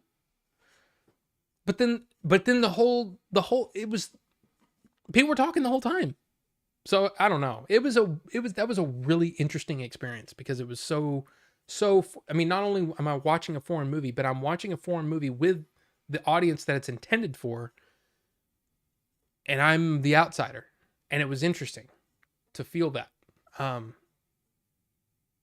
I want to do it again because it's really interesting. But I just got to find that movie that's maybe I can connect with, or it's a movie that okay, big explosions and shooting and people, I don't care. Like how, like how many of those movies were like they all felt like okay, he's very poor and he outsmarts the people, the government, and basically gets him out of poverty. Okay, I've seen that movie a few times now. Not to say that those aren't powerful movies, but I've seen those a few times. But then when you add in the big crazy gunfights, it's just like, okay, it almost hurts my head. I'm getting old, man, you know? But anyway, what is the best Indian movie you can recommend to me, because I have a channel with India and it went on for them, I'm pretty sure. Sardar Dham, yes. Man, that movie really, like, wow, that was good. That was a really good one. I really enjoyed Bahubali a lot too. It's in two parts. The first part, I remember thinking, okay, I mean, it's not bad. But then the second part just, I mean, I was in tears at one point. I mean, it really got to me. And just, I really enjoyed that one. Of course, RRR is amazing. But I wonder if there's going to be a backlash on that movie because it was so big, and because it's almost not a representative of all of India or whatever. I don't know, but I really enjoyed Bahubali a lot. I mean, I did a bunch of reviews, but I think that one, PK, I like that one a lot. Three Idiots, I like that one a lot. So, yeah, Three Idiots, man, that was a good one. But yeah, Sadhu Radam was really, really well done. All you need to know about Journey to the West Conquer the Demons is Stephen Chow. I watched, last night I watched Return to the 36th Chamber, and it was fine. It was Gordon Liu again, but it was more of a comedy. It was all right. JJ's even said that every decision he made on The Force Awakens was primarily driven by a desire to causing delight in the moment. The dude is all about the feels first and plot coherence 17th. I mean, that's true. I'm not sure you understand I have those movies, but can you say how the movie was made into America? I'm in. Wait. I'm in, so please don't. I seen RRR and it can't.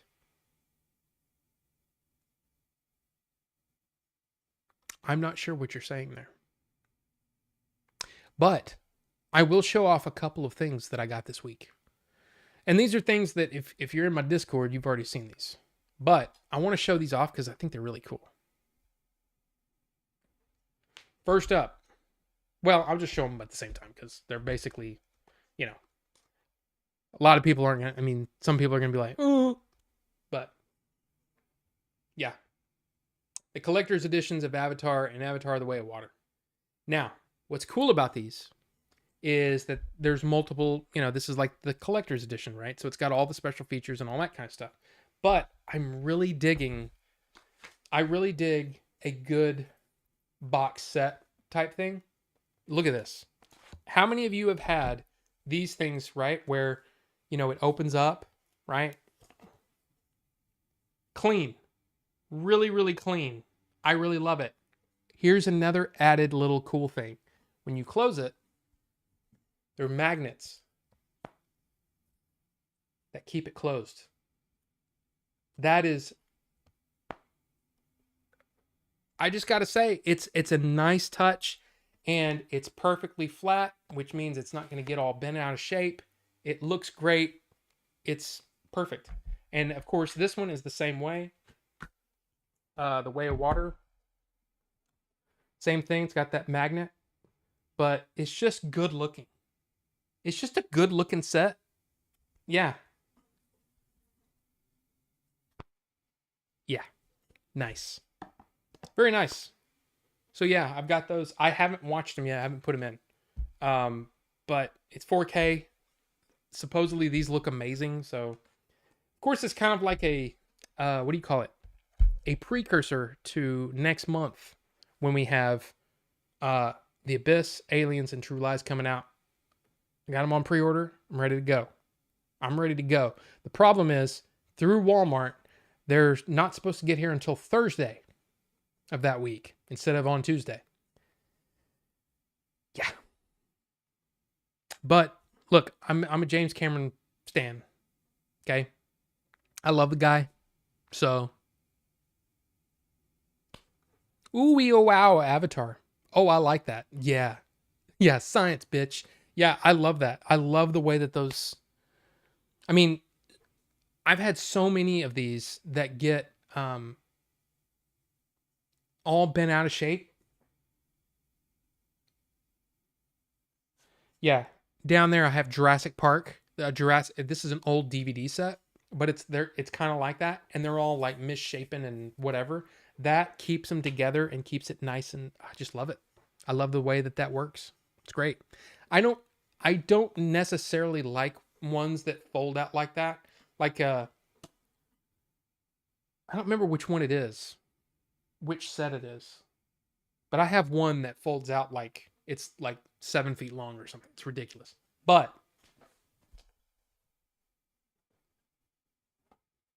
one of the best sets, one of the best sets I have, these are DVD.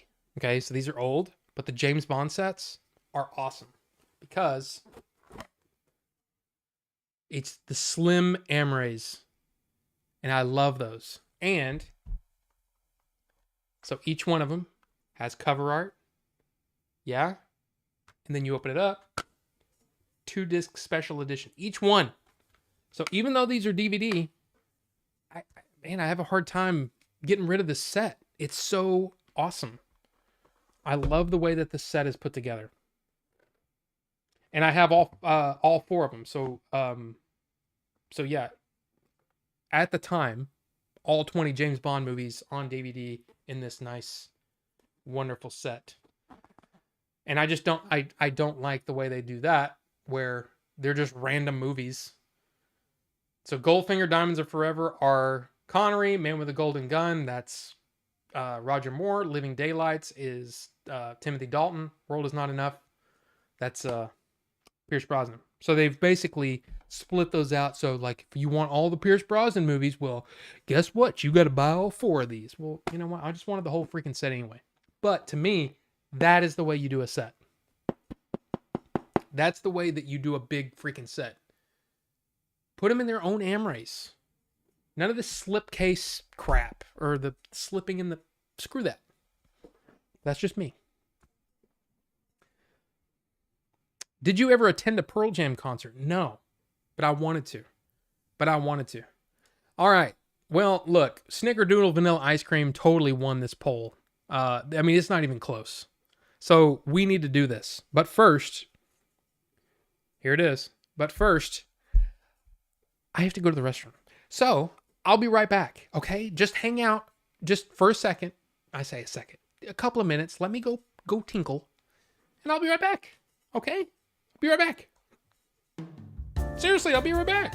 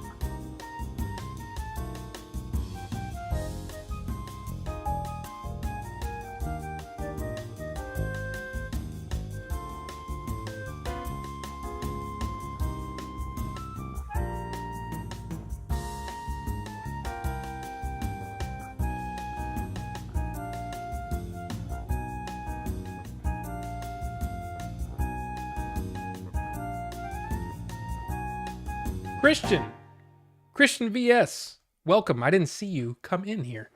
Hi, how's it going? I saw you earlier and then I, for some reason, skipped over you. I apologize. Again, that's my fault. I'm sorry. But welcome. I hope you got your vote in. I mean, I guess it really didn't matter. I mean, the Snickerdoodle vanilla ice cream with cinnamon probably just destroyed everything else. But anyway. Did I ever attend a Pearl Jam concert? No, they're on tour this year. We'll try to go here in September. Man, I would love to go. I really do enjoy Pearl Jam, but yeah, never have. I like those thin DVD cases too. My Gantz box set is all those. What are they called? Amaranths? Not the streamer. They're called Amarays. I'm going to... And there you go. Amarays. Amaray. Gantz is an anime? Okay. I've seen the cover band, Earl Jam. With the cast from My Name is Earl. That would be great. So, okay, it's time. Let's open this sucker up. Let's give it a nuck. You know the drill. So, Snickerdoodle Vanilla Ice Cream won with 52% of the votes. Mango Raspberry Iced Tea had second place with 31%.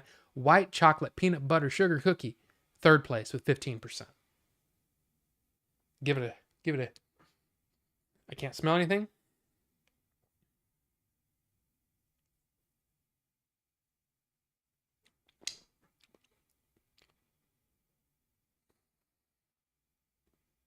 Okay.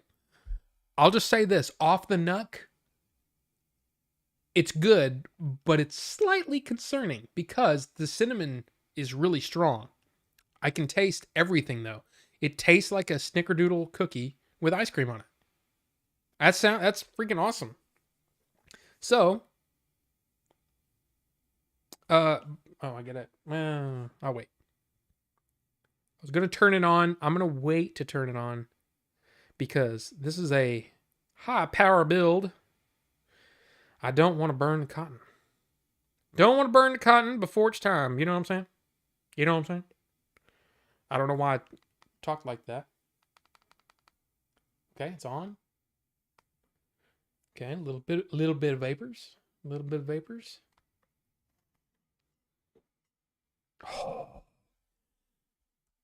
Dude, that smell is fantastic.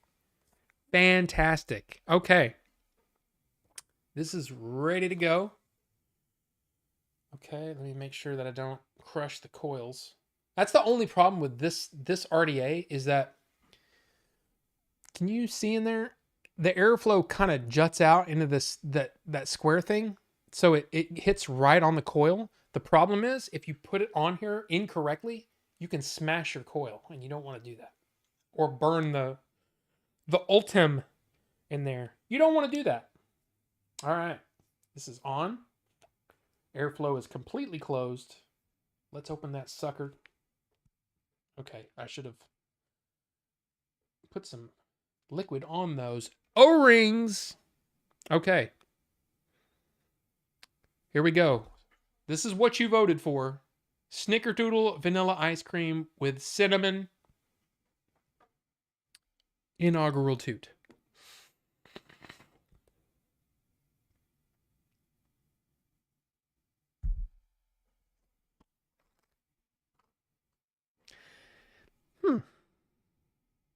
Interesting. I had to put a little bit more liquid on it. Let's just see. Okay.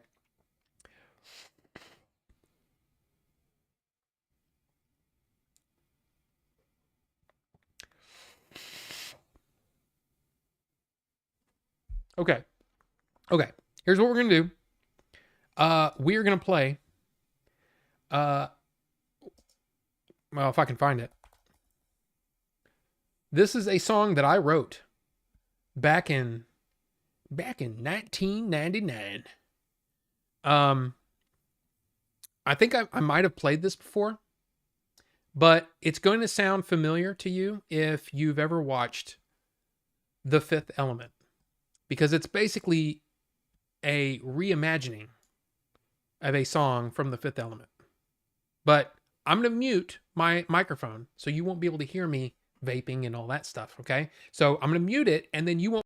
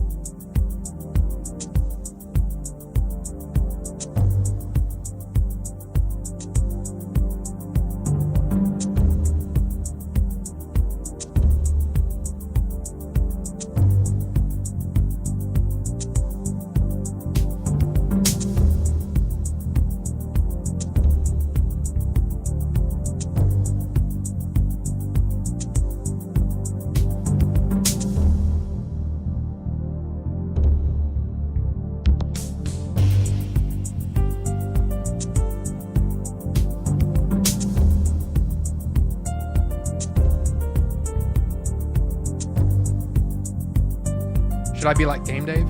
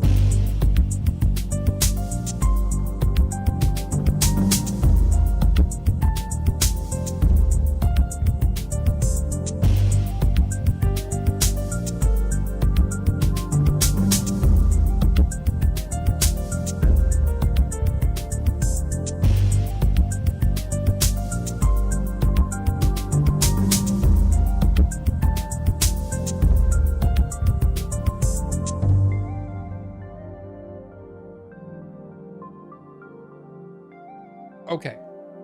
So, uh-oh. I lost the... Oh, there it is.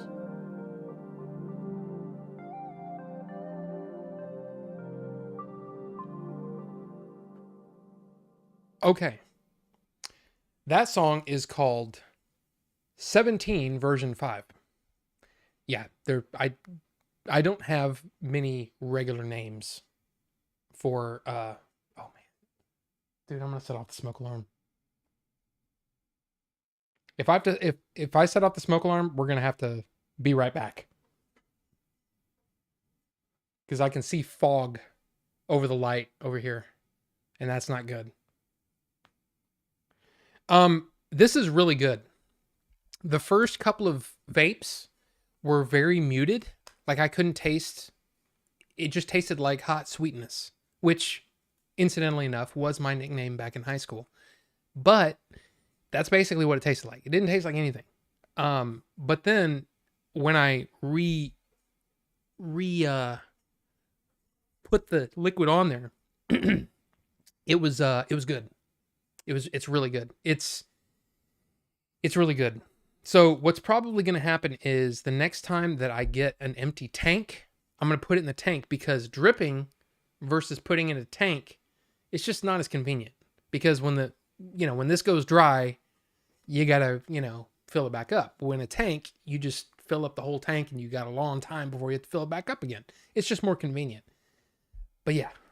Um, yeah. So there you go. This should be in the streaming soon intro. Okay. I appreciate that. This track is very Megami Tensei? Shin Megami Tensei or Parasite Eve. I love it, Rob. Well, Rufus, Shozama says it reminded me of Mr. Broken Wings. It is, if you go back, I don't know what the track is, but it's during the Fifth Element when Mia Jovovich is on the table and she wakes up and she's like freaking out when she escapes out the glass thing and into the, I mean, spoiler alert, I guess, for a almost 30-year-old movie. It came out in 95, right? Anyway, when she's like in the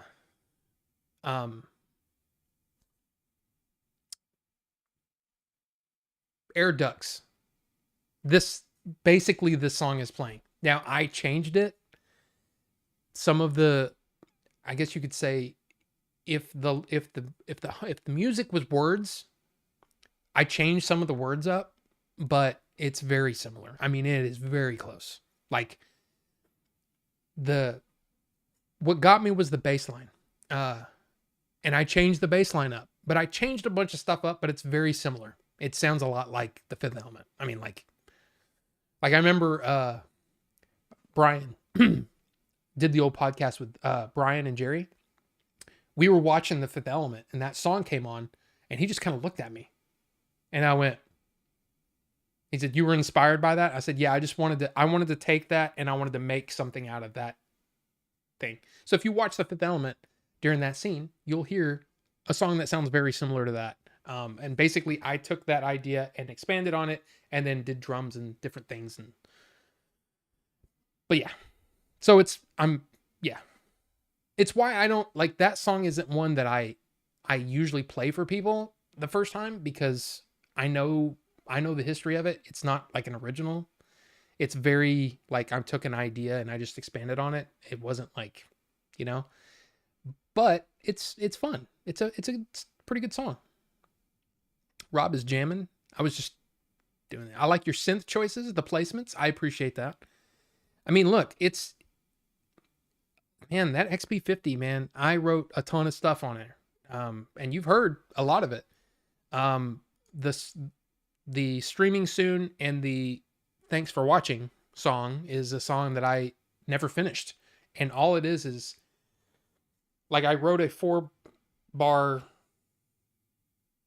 sequence. And all that song is me turning off tracks in different things. The only thing that's played live when I recorded that was the weird thing that, and it just, I don't know. Anyway, basically I'm not bad at arranging, but I'm not good at coming up with brand new things. So, but I appreciate the kind words. It's fun. Gorgeous track, Robbie. That's how I name my tracks, or it's like Fiverr Poopy Face. Yeah. Nergettelfets. Yes.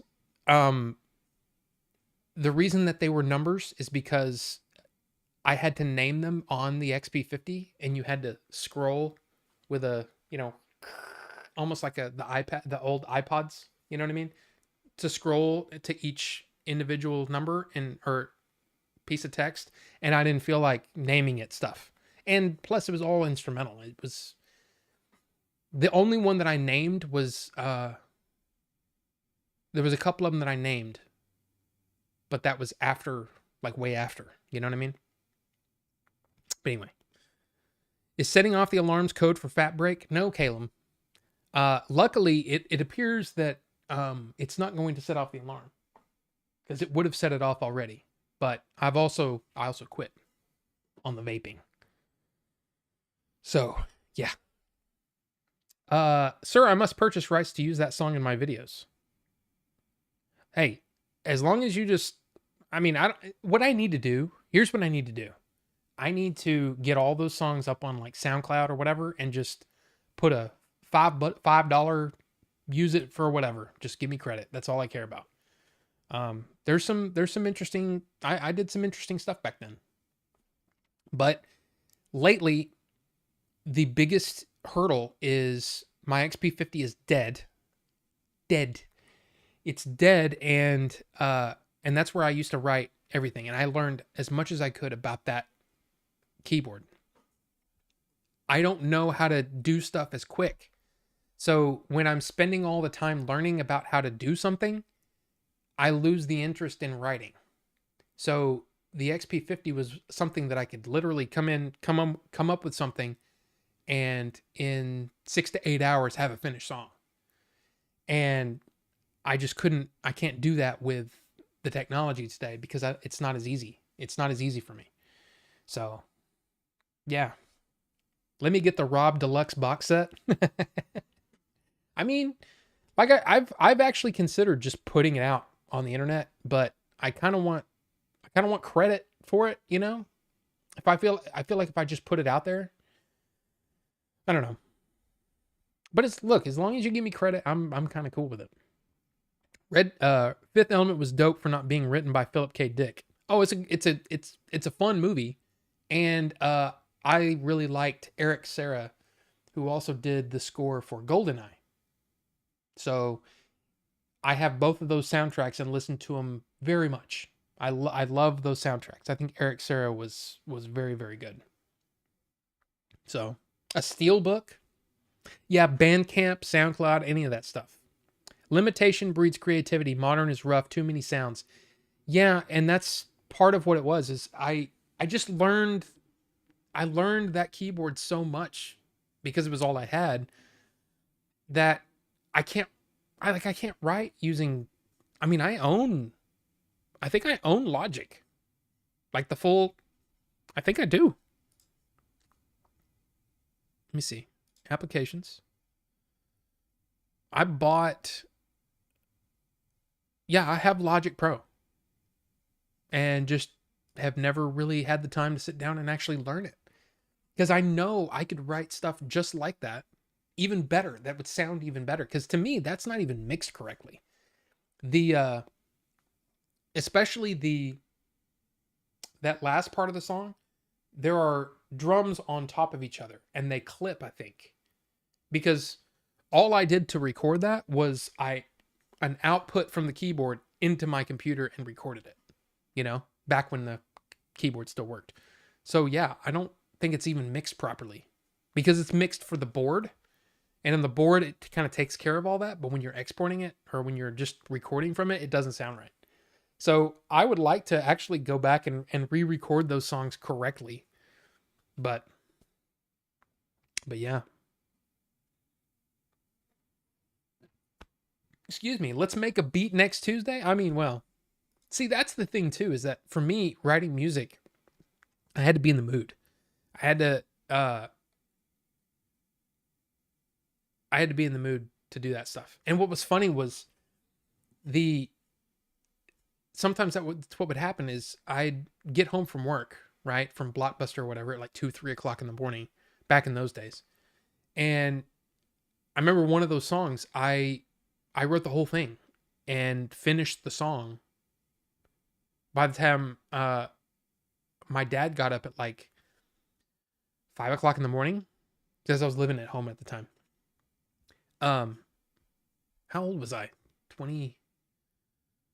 I was still living at home at like 21 because I was trying to save money. Anyway, so yeah, I wrote the song in a very short amount of time and then played it for my friends, and they would give me suggestions, and I would do multiple versions, and I would tweak things and make things a little better. But I wrote that like 4-minute long song that was still pretty good, I think. But I wrote it in like just a few hours. And it's like when I get in that mood and I get in that mode, like I still have a song in my head that I can't do anything with because my keyboard's dead. And it's a song that I want to finish because I've only gotten so far in the writing of it, because once you have all that down and you start to listen to it, other things happen and you start to come up with new ideas. It's just like writing a story. You come up with new ideas based on the ideas that are already there, and it builds on it and it's fun. I just haven't gotten to that point. So maybe I need to just spend a day and play with Logic Pro and try to get good at it, because I have a USB keyboard that I could use. So even your not mixed correctly sounds at least 17 times better than my rough as guts demos. Well, I appreciate that, Bucho. I'm not sure if it's that good, but I appreciate that. Little Cali delivery, then hit the stew. I'm not sure what that means. In fact, I'm a little frightened. I'm just kidding. I just don't know what that means. But yeah, it's it was fun. It was fun to do. But again, thank you guys for picking a great flavor. Let's have another, shall we? Because it's starting to clear out a little bit in here. Yeah, that's good. It'll be interesting to have that in the tank eventually. Just a joke, man. Okay. So let's see. Before we get out of here, there are a couple of news things I want to share with you guys, because I like my movie news. First up, Ewan McGregor to star opposite Anne Hathaway in David Robert Mitchell's mystery movie at Warner Brothers. And then almost a little bit of a wah-wah, J.J. Abrams' Bad Robot is among those producing the feature. Now, that doesn't mean that it's going to be terrible, but this is supposedly a family adventure set in the 1980s that involves dinosaurs. Hathaway and McGregor play the parents. So I saw that today and I'm like, huh. Okay. Would be cool to make a jam with you. Oh man, it would be if I had anything to do. Like I don't have anything to really. There's so much I would need to learn that I'm not at that point yet. But yes, it would be cool. My attempts sound at least 7 times. Well, here's the thing. I wrote that, like I said, I wrote those songs back in, again, 1998, 1999. And they were, let me switch that. They were, I feel like they were way ahead of their time. But what's funny is in certain movies, you will hear some of the sounds that I used. For example, there's in fact, I can just play a little bit of the song. If I can, what did I do with it? Okay, there's the folder. Okay, now just listen to it's basically you just put your finger down and it starts playing this. You know, you hear that?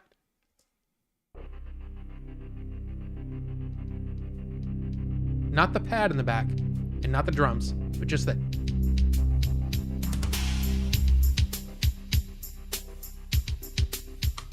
You hear that? You hear that, right?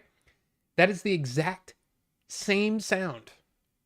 It's literally like the guy that wrote it used that same thing.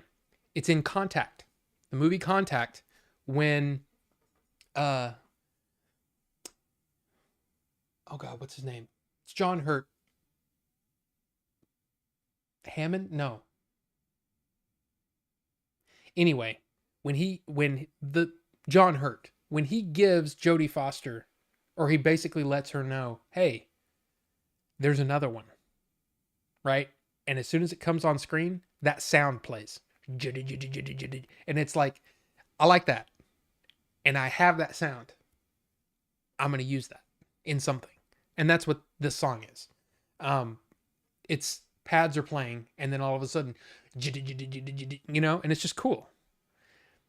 And I liked it, but it's like the exact same sound. So what's weird is a lot of the sounds that are on my XP50 made by Roland.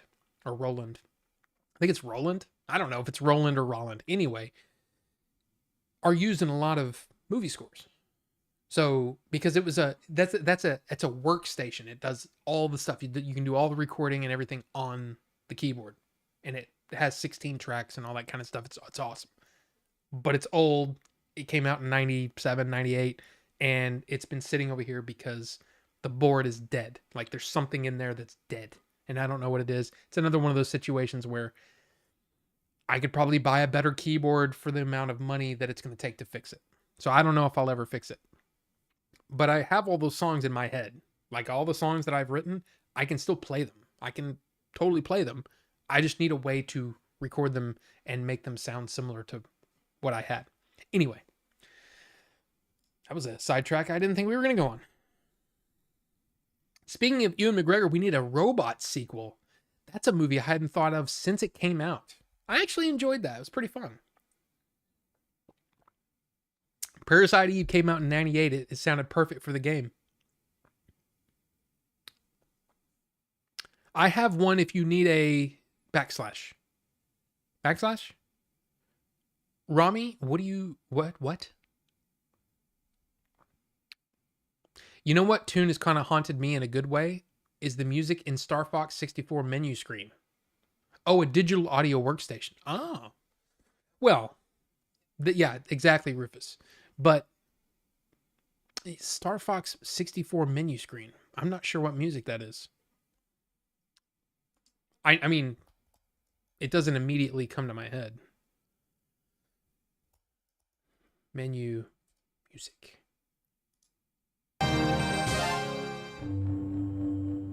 That?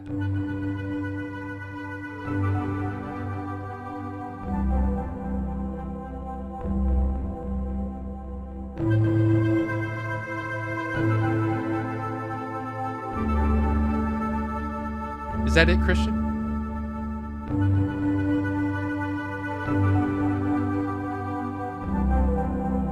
It's not bad. Not bad. If you'll notice the manta ray's movements. Yes, okay. It sways with the waves. You ever see the movie Island Ewan McGregor was in? I thought it was surprisingly good. It is good. I actually like that one, and it's a Michael Bay movie. But I actually think that movie works. I like it. The GoldenEye pause music was a fucking banger for no reason. Rufus, that music, I think, is based off of the Eric Serra soundtrack. I'm telling you, that guy wrote some great stuff, but it sounds a lot like the music in GoldenEye, the movie. So there you go.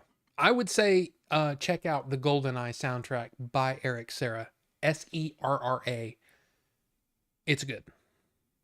But I totally agree with you that pause music was ting ting ting ting ting ting ting ting ting ting ting ting ting. I love it.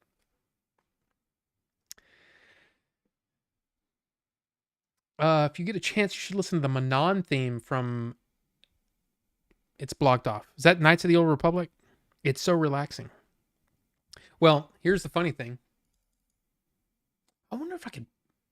I'd probably get struck if I played that. But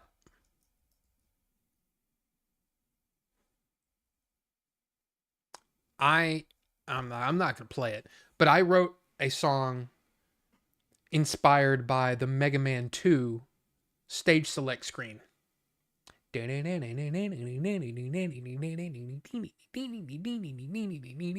that?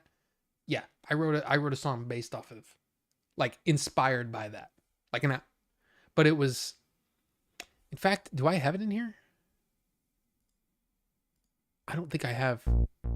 That's not it.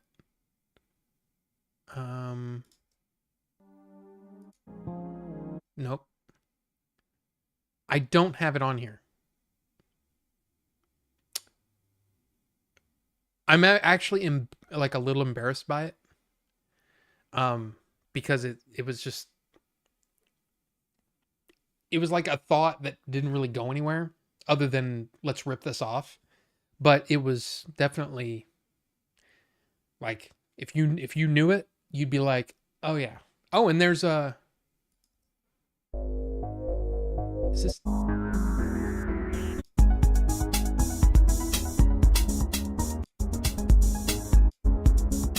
Is this it? Hold on, I'm skipping around. No, that's not it. One of these songs, I can't remember which one. It's been a while. One of those songs is based on the Airman theme. And I can't remember which one it is.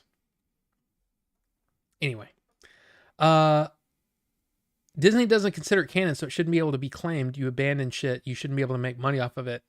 F Disney. Well, I mean, Scorcher is a banger. Sega Saturn Days. Bubble Man is where it's at. Oh yeah, Bubble Man.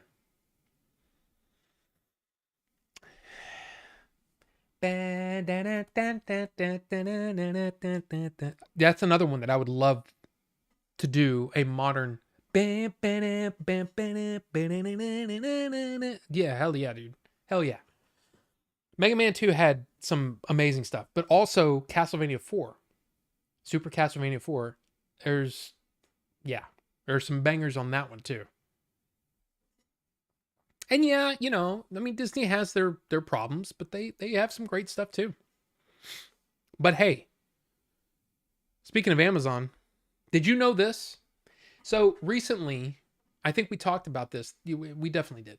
You pay $2.99 to, if you have Amazon Prime right now, and you've pulled up Amazon Prime in the last however long, you get a message that says, hey, this is now an ad service.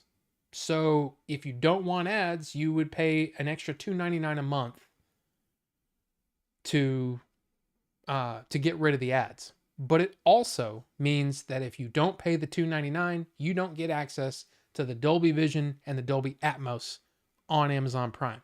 Now, I'm not saying this because I'm super physical media guy. Because if anything has been proven over the last few years, it is that I definitely go both ways when it comes to physical media and digital. I like my digital stuff. You know, digital has its benefits as well. But man, I'm getting tired of this crap. I'm really getting tired of them. It's almost like a paywall to get to the good stuff. You know what I mean? But yeah, you got to pay the $2.99 a month on top of your Amazon Prime subscription to get Dolby Vision and Dolby Atmos, which is a bummer, man. It's a bummer. Of course, HBO or Max did this earlier, or I guess it was late last year, where they moved that to the top tier. So not only we get the mid-grade with our AT&T plan. I guess it's because AT&T, Time Warner, you know, they owned HBO at that point. But when Warner split off and went, you know, okay, we're over here now, Discovery and all that stuff, we kept that same plan, but it's the mid-tier plan. So now, in order to get 4K HDR on Max for those select movies that are 4K HDR, I have to go to the higher tier. I'm not willing to do that. Same thing here. Netflix has done that for years, where you can't get the 4K unless you get the top tier. So, yeah. There you go. Bimedial? Yeah, sure. There you go. Bimedial. Yeah, I'm bimedial. What's that mean? That means I'll buy physical, you know, media and digital media, you know. But the main reason that I buy digital media is just because it's cheaper. And there are certain movies that, like, if something happened and I didn't and I lost my digital collection of movies, yeah, I would be upset. But I'd probably just you know, you know what I mean? Instead of worrying about the actual physical media on some movies. There's some movies that I just don't. Like, there's plenty of movies that I've bought just because they were on sale and cheap, and I watched them and I go, yeah, I'll probably never watch that again. And that's fine. But there are certain other movies where I'm like, no, I bought that because I want that movie. And I have the Blu-ray or I have the DVD, and this is the 4K for $4.99, so screw it. So yeah, but this, I just don't like it, man. I hate it when they're doing this stuff more often. All of them are doing it. All of them. So there you go. That was a bad idea to end on a bad thing. I didn't plan this well. I mean, originally, look, in my defense, originally I was going to leave the trailers to the end, but you know, people get tired and they drop off or whatever, and I wanted to get the cool trailer stuff out of the way at the beginning. So kind of missed it. Anyway, Goofy movie was okay, I guess. Witch Mountain 15. I lost so much for you, Ricky. Bums me out. Half kidding. Goofy movie was the best, man. I like Pirates more than Goofy. Okay. Jason Marston flippin' killed it with a Goofy movie. I hate the Pirates movies. Love Johnny, but didn't get into them. Man, I love those first three. Those first three movies are, I don't know. And it's weird because I didn't realize how much I enjoyed like the big ships and, you know, cannons and that period of time until Master and Commander came out. And I fell in love with Master and Commander. And then I thought, I'm not going to like this Pirates movie. And I just fell in love with it. Then saw the second one. I rented the second one, I think. I can't remember. But I'm pretty sure I was working at Blockbuster at the time. Because I worked at Blockbuster a lot. And then was there a lot toward the end. Like before they closed. But yeah, I think I watched the second one and it ended. And I'm like, oh my God, this movie is so badass. I want to see the next one right now. Like right now. So, yeah, I love the Pirates movies, man. So many Disney hits on the early 2000s. Goofy movie, Lilo and Stitch, Pirates, Monsters, Inc., Bugs Life. So many goodies. Oh, yeah. I mean, yeah, we didn't even talk about Pixar. Pixar, man. Pixar back in the day was hit after hit after hit after hit. I mean, one of the things that I saw somebody talking about was the bloopers at the end of the movies. They stopped doing those. I kind of missed that. I missed the cheesy bloopers at the end of their movies. You know what I mean? But I never saw the Goofy movie though. I'm sorry. Don't throw anything at me. I watched Tokyo Vice and it was pretty good. Knights of Old, welcome. Do I know this?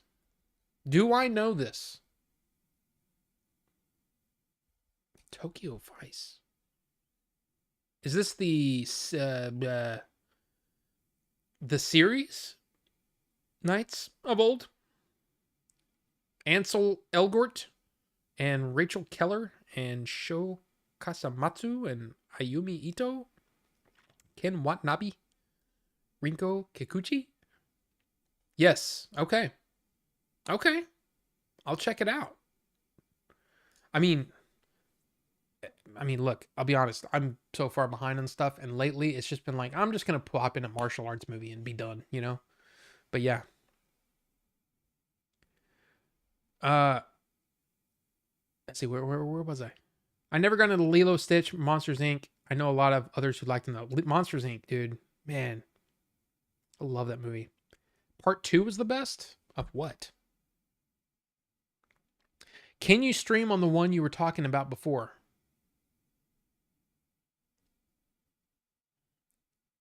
I don't know what you... I'm all over the place, so I'm not sure what you're talking about. Sorry.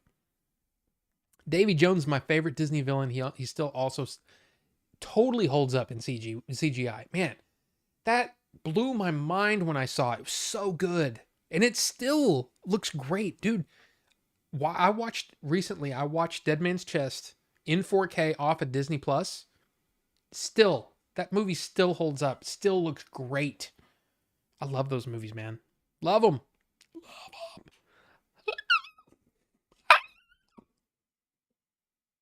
I don't even know what that was. Sorry.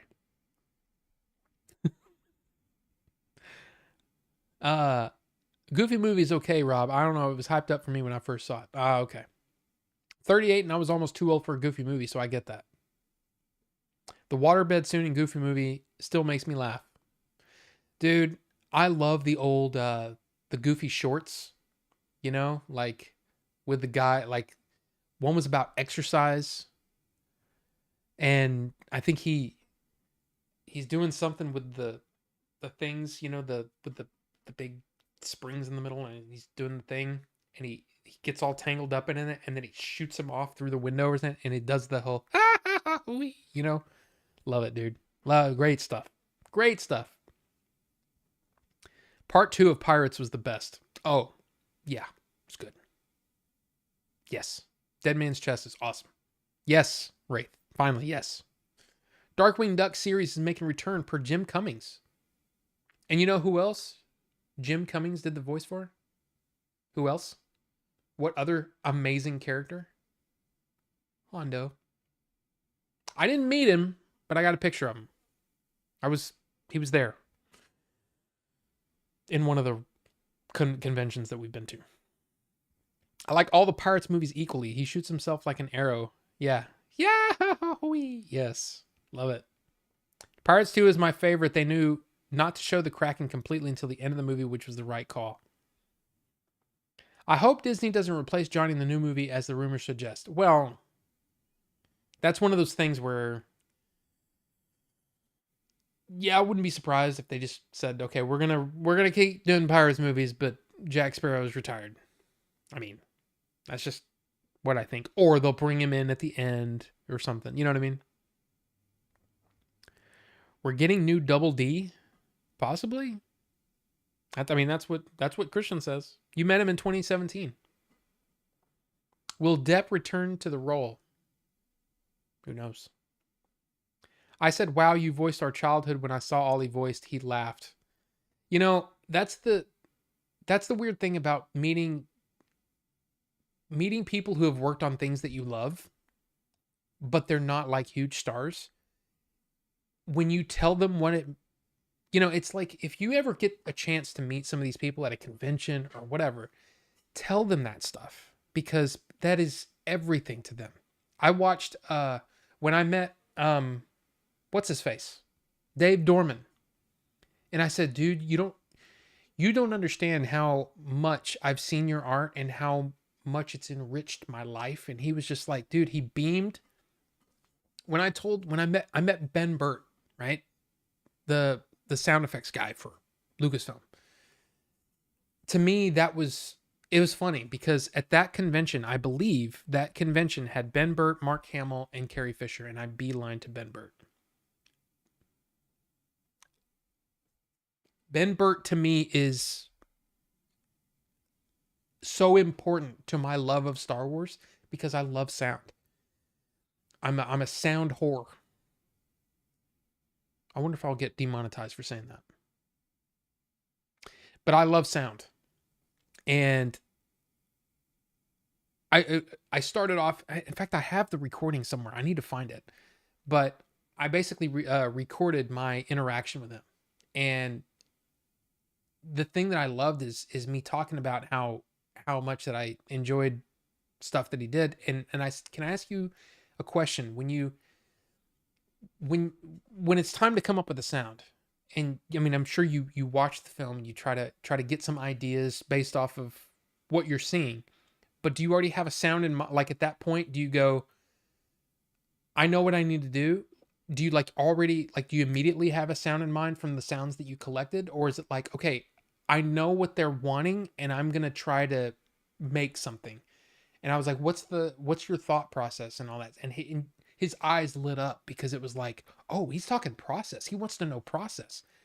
But he was so excited. And he talked to me for probably, I mean, it was probably like 4 minutes or something like that. But it felt like, because you could tell he was engaged and he was like, I want to talk about this. And man, they love that. They love it when you take interest in their work, you know, their life's work. You know what I mean? It's amazing. So big ups, Christian, for you going and saying that, because I bet you made his day. If you can get one director to help you with the next Game Chasers movie, who would it be? That's tough. I'm going to assume you mean the next Game Chasers movie, the next movie more in that. I would say,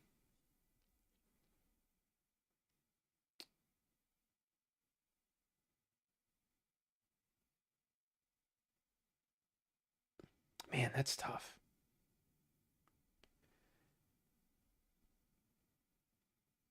Because the thing is, okay, if I say the director, it might give things away. Um, but I think me personally, I would say, like, who would I want to learn from? You know who I'd want to learn from? I want to just pick Ridley Scott's brain. But I know what it takes to be Ridley Scott. It takes a almost a lifetime of set design. Uh, being so involved in art, and because I'm a very visual person too, but I can't really draw. Um, and I say that I probably could. I need to do that. I need to probably draw more because I think it would help in our movies if I could visualize some scenes from the script, because it's like that's the thing about writing a script. You immediately get visualizations of how you think that it should be shot. But of course, what's going to happen is at some point, I'm probably going to just turn that over to Billy, and then Billy's going to take it from there. And a lot of what's going to be shot is going to be based off of not only his way of visualizing it, but the limitations we have on location and camera placement and all that kind of stuff, right? So it would really be, I mean, honestly, Kevin Smith would be a great one. Just because I would like to see how he would do things, you know? Um, but I mean, come on. Would I say no to Ridley Scott? No, of course not. But Ridley Scott is old and would never do that. I mean, he's got a limited time left on this planet, and he's probably wanting to make his own things as much as he can. But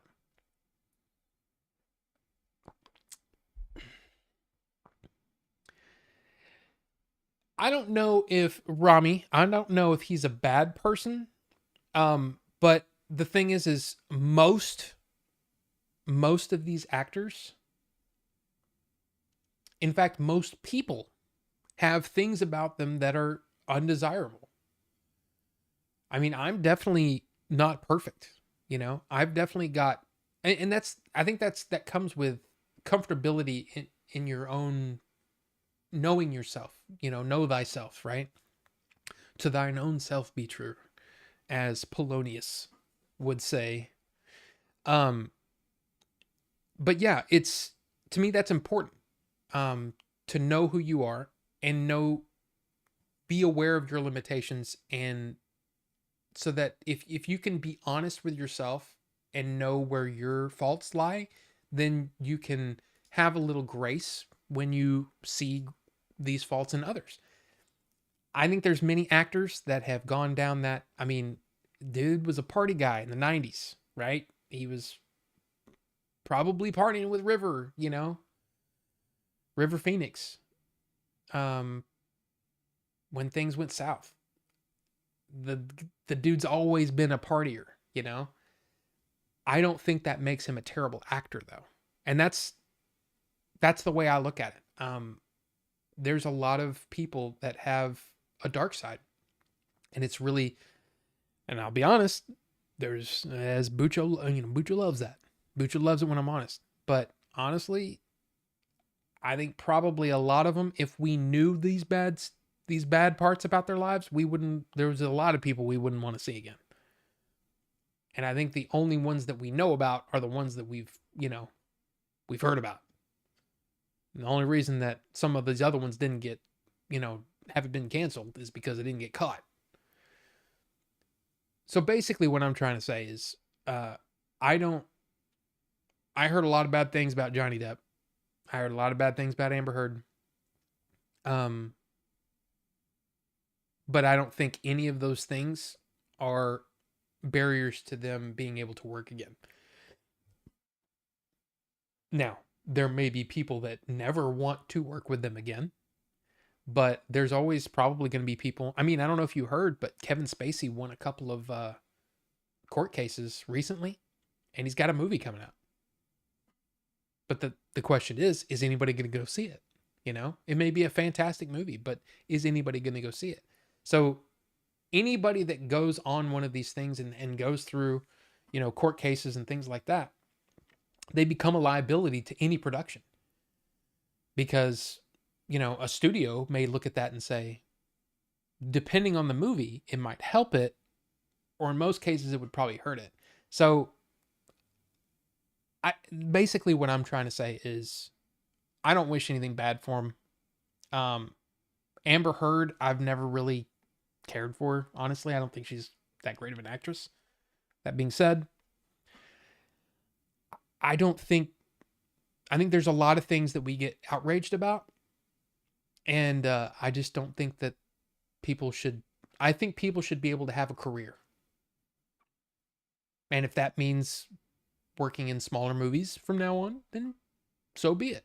Your paycheck won't be as large. It won't be a $20 million paycheck anymore. But I don't think that he deserves to not have a career anymore. But that's just me. I mean, gosh, what was the other thing? The Gina Carano thing.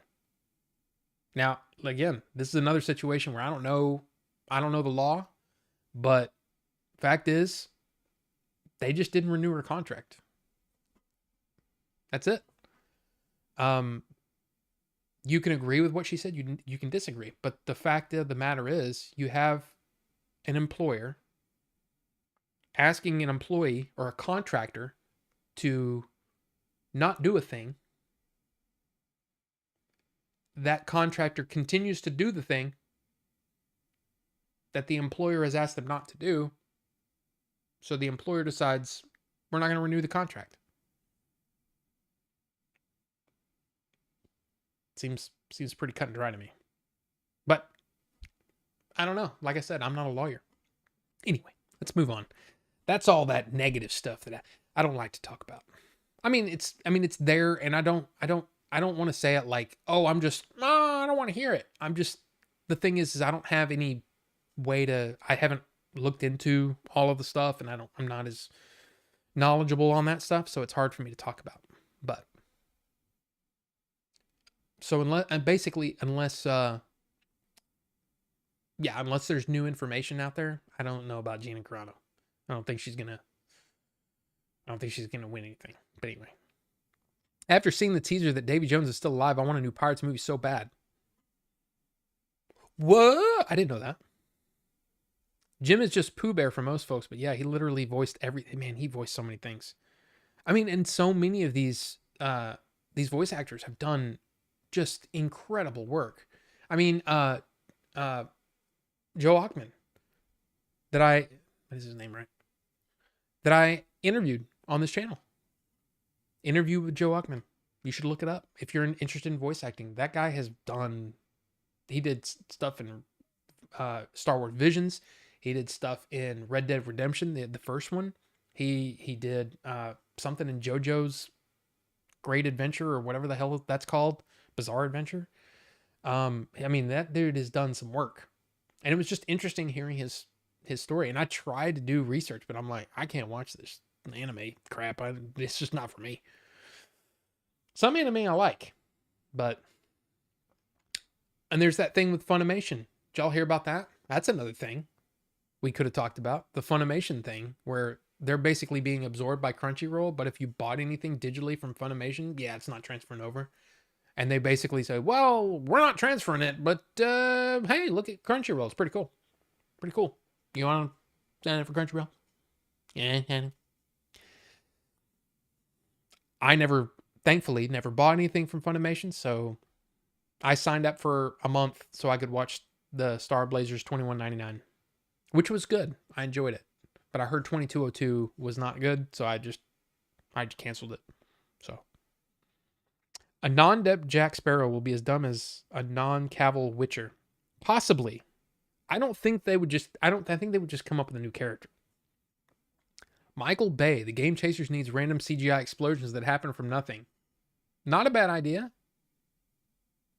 I heard horror, so what? Horror. Oh, gotcha. YouTube. I swear I said sound horror. Horror. Horror movies. Spielberg because money or however you spell it. Spielberg would be great. I mean, dude, any of the masters. I mean, Christopher Nolan, Denis Villeneuve, uh, um, uh, oh God, Richard Linklater would probably really be really good because he's a. Our movies tend to be a little more dialogue heavy. Dazed and Confused, anyone? Before Sunrise, dude, the dude knows how to make that stuff interesting. I would any of the great directors I would love. James Cameron, well, James Cameron would be, and that's why I was trying to think of directors that have made movies in that style. And that's why I said like Kevin Smith would be an interesting one. Jim Jarmusch would be a good one. Uh um More independent directors, I guess. But then I mean, dude, David Fincher, I mean, come on. I draw like Stevie Wonder. Or AI. Well, that's the thing, Rufus. I mean, it's easy AF to draw now. You just use layers and get your proportions from a reference. I mean, true, but I would rather do it old school. I don't want to do it on a computer. I'd rather do it like Ridley does. I Dude, the amount of detail in his storyboards are just, it's phenomenal. So I mean, I would prefer to do it that way, but you're probably right. Probably end up doing something like that. Kevin Spacey was my favorite actor. That sounds promising. I mean, look, the dude is a great actor. I don't think anybody can question that. Multiple Academy Awards, multiple nominations. But yeah, got into lots of trouble, and basically just got completely shunned. But again, you are innocent until proven guilty. And I don't know if I don't see, that's the thing. That's the other thing. I don't know what he's been convicted of and what he hasn't. So I don't know. It's a weird situation. Jojo was just freaking weird. Yeah. Yeah, there you go. I mean, Rufus, Steve Blum, Jennifer Hale, Robert Paulson, Jim Cummings. Yeah. What's not right? Linklater is my favorite director. Really, Rufus? Yeah, I mean, I think when it comes to dialogue, that guy can direct dialogue. The one and only director I would choose is Jackie Chan. Well, yeah, but that's a different style of movie. That's what I'm saying. I'm trying to pick movies that would be in the style of what we would be doing. But it sounds like one of the next movies will be possibly effects heavy. So I would like some effects heavy directors. But again, I didn't like Kevin Spacey because he did Gay with Unsolicited Men because he's famous. Well, see, that's the thing, Robbie. Those are all, I don't know what he's been convicted of and what he hasn't. You know what I'm saying? Oh, you're talking about Funimation Wraith. Is that what you're talking about? I don't know. But yeah, we don't know, or I don't know what he's been convicted of and what he hasn't. A lot of stuff, I mean, let's be honest, as Bucho loves, let's be honest. The internet comes out with a thing and starts trumpeting it as fact, and the court of public opinion has already made up their mind before they even get in the courtroom. I don't know the whole situation with Kevin Spacey. I just heard that, yes, he apparently has a movie coming out. Funimation kind of stinks. I don't watch anime anymore except old stuff, but Crunchyroll has a habit of changing the original meaning of things in localization. Oh, I didn't know that. Tracing is old school. I told you about The Waking Life. You didn't dig it. Ever watch Boyhood? No, I did not, but I do like Richard Linklater. I mean, Waking Life, look, it's not that I didn't like it. It's just that it didn't connect with me like it connected with you. But man, I've got the Before trilogy and Days Confused on my shelf. I think the guy's a terrific director, a terrific storyteller. So yeah, and Boyhood just didn't sound like something that I would be into, but you never know. And again, with so many things, man, so many things. Tom Savini, that would be an interest. Ooh, hmm, that would be interesting. All my favorite character. Wait, all my favorite creators did gay with someone sketchy. I don't care. Maybe we need to be to make great things. Look, here's the thing. I don't. I typically just like when I was watching the UFC and stuff. I didn't care about what was going on outside of, like, oh, what did this fighter say to this guy? I don't care. I don't care. I care about what you do in the cage. And I found myself rooting against or for people based on how I thought of them outside the cage. And I felt that was, to me, the sport was purer than that and didn't deserve the extracurricular crap. But then now it seems like the UFC is kind of all about that, and I'm just like, I'm not interested, man. I'm not interested in oh man, well, I can beat your butt. Well, I mean, what else are people going to say before a fight? You know, oh, I think I might lose. Nobody's going to say that. It's the same with all the boxing crap. I'm not interested in you putting on a show. I'm interested in what you can do in the cage in those however many rounds. With UFC, it's 3 to 5 rounds, 5 minute rounds. That's what I'm interested in. So yeah, the UFC, I've really lost a bunch of interest in. And then on top of that, I just, I've seen so much of it, and a lot of the guys that I really liked have retired. So it's kind of like there's all these new guys, and they're all like, I'm the best guy ever. And I'm like, I've never heard of you. So I don't know. It's weird. I guess I've gotten old. I don't know. What lessons have you learned from making the movie where you will apply to the next movie? Pre-production. I think that's the number one thing that we could all learn from what we did, is that if we had and again, there are things that you just don't know, and you won't know it until you get there.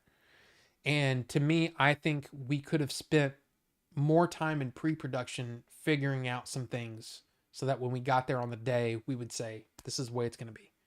And I think Billy might agree with this. If he were here, I don't know if he's here, but I think he would agree that there are times when um, we just kind of went with things because we didn't know any better. And I think he did. I did. We all did. I think there were things that we agreed to do for the movie. Basically, concessions in the vision. I think we would stand our ground a little bit more. And that's fine. But that's part of it, That's part of the deal. And it's not like it's my way or the highway, but you say, no, I really want this shot. So you fight for that shot.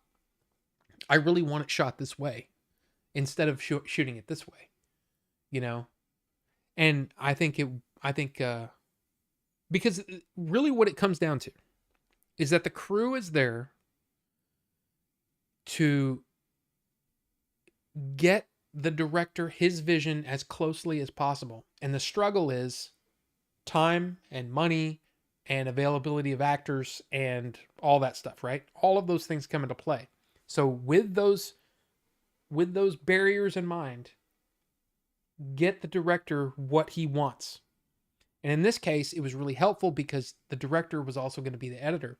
So there were things that Billy could plan for that would help him in the process of finishing the movie. I think that there are going to be many situations that he might look back on and say, yeah, I kind of wish I'd fought for this shot. And there are things that I kind of wanted this. Now, I mean, I don't know for sure, but that's what I think. And I think, from my perspective, because I mean, I was just the script supervisor during production, but I helped with things, right? I mean, all kinds of things. And I think what we would do is I think the danger is that we might think, well, we know better because we've done this before, but we're still novices when it comes to movie making. So there's still going to be things where we're going to have to make those concessions, but I think we're going to be a little bit more willing to fight for the visions that we have. And I keep saying we, but it depends on the situation, but I think that's the thing. But I just want to be on set again. It was so much fun. So, yeah. He recorded over the course of his main actor's life to have one actor. When would you think the next movie would start pre-production? Well, when the script is finished. That's because the thing is a lot of these guys in Hollywood, they will, if they're writing a script, or if they're, let's say a director is working with a guy that's working with on a script, the director might have ideas that the screenwriter is now putting into the script and all that kind of stuff. At that point, depending on the director, if the director has the talent, he can already start storyboarding because he knows what he wants visually and he puts it down on paper so he can remember, but also to be able to convey the idea to others. So in this case, I think there are situations where, in theory, once the script is finalized, we can already, before we get any sort of financing, whatever that may be, we can start storyboarding this stuff and just say, this is what we kind of want. And of course, the other thing that we've kind of started doing already is looking around at places. And also possible locations, but also maybe some actors that we may want. So some of that's already kind of happening, but I think once the script is finalized, then we can really start thinking about pre-production type stuff. And really pre-production meaning visualizing, because that's something that I don't think any of us did to the extent that it should have been, but we didn't know until we got there. And it was like, man, if we'd only, talked some of this out beforehand. And there were so many changes on the day, but that's also the fun of it because, you've got a script, you've got your script in front of you, as an actor, you might be reading through it. You go, you know what? I think it would be better if I said this. But a lot of that stuff we probably should have done beforehand. So that on the day we're like, oh yeah, we changed this thing to say this. Now we can just work on getting it right instead of, okay, we got to relearn this whole thing. You know what I mean? So it's preparation. I think a couple of full read-throughs with actors would be really helpful. I mean, we did do that, but not so much as we felt like we were in a hurry because time was short. So it would have been nice to be able to have the time to really work with the actors to get them where they needed to be. Again, but that's, again, a luxury based off of budget. We need the budget to be able to do, because really, it's just more time. Hopefully on the next movie, we have a budget that fits the script so that we can have the time to do what we need to do. There you go. Oh, okay. I got you, Rufus. I did gay. But here's the thing.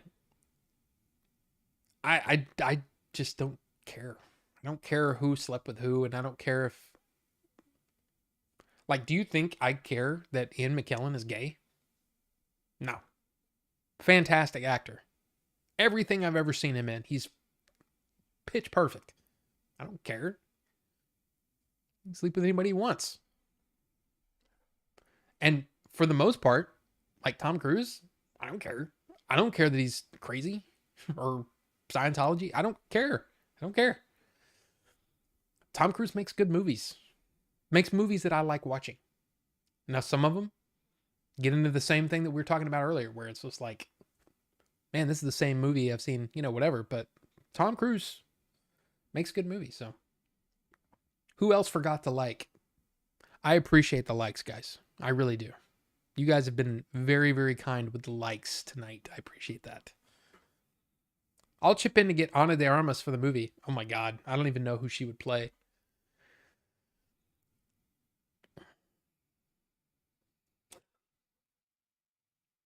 If Tom Cruise isn't running in the movie, I don't want to see it. Right. I'm going to make a movie in the Familian universe called Kalien. Well, it's funny. Calum, I don't know. It's been a while since you've been in Discord. I don't know if you saw that there's like a bunch of Familian movies. Was that Carbonite that said that? So, yeah. A bunch of Familian movies out there, apparently. I didn't know anything about. I just knew of 1 and 2. Supposedly, they've probably done so many now that they're not even numbering them. They're just, Familian, Bolin or colon or something. I don't know.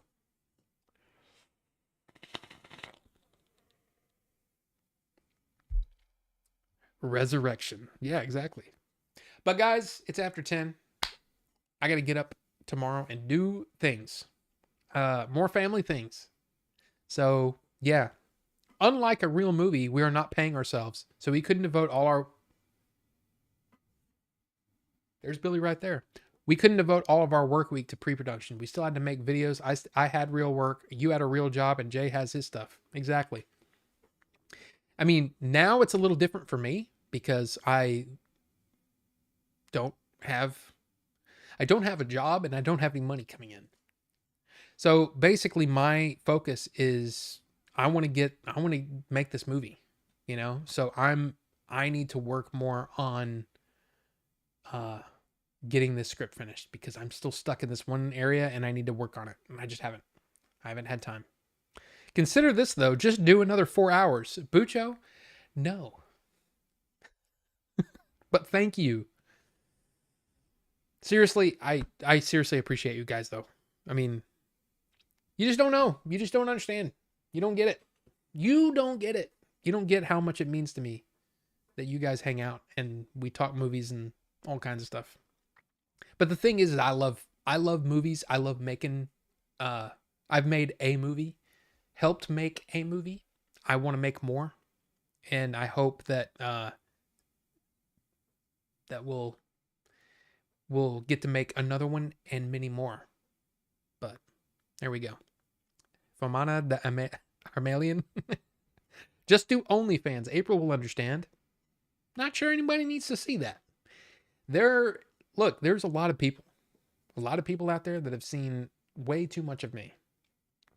I'm pretty sure they wouldn't have paid for it. Just saying. I might have given people nightmares. I mean, didn't I tell the story about the enema? Yeah. Good looking young nurse saw things that I don't wish upon anyone. So there you go. I know I make jokes or statements or whatever, but don't get me wrong. I'm an ally. Oh. Not Gary. Welcome, not Gary. I was very, very late to the party tonight. Not Gary. You're always welcome to the party anytime you get here. But I'm getting out of here. Go into a room with 0 distractions and 0 clothes on. You're good, man. I like the jokes. Yes, time away may help with that. Yeah. Legendarily late. But look, seriously, I appreciate you guys so much. Let me see if this will work. It's not working. Again. But thank you guys. Not Gary, it's not coming through. But I thank you so much for that $5 donation. Very much appreciated. You missed all the gay. Bummer. Well, Billy, it's okay. Good times. Rock on. Stay frosty. You guys too. Thank you guys so much. And we'll see you soon. Yeah, got more family things to do, but hopefully things will get back to some sort of normal, and hopefully there'll be some movies worth reviewing. But y'all have a good one. Bye.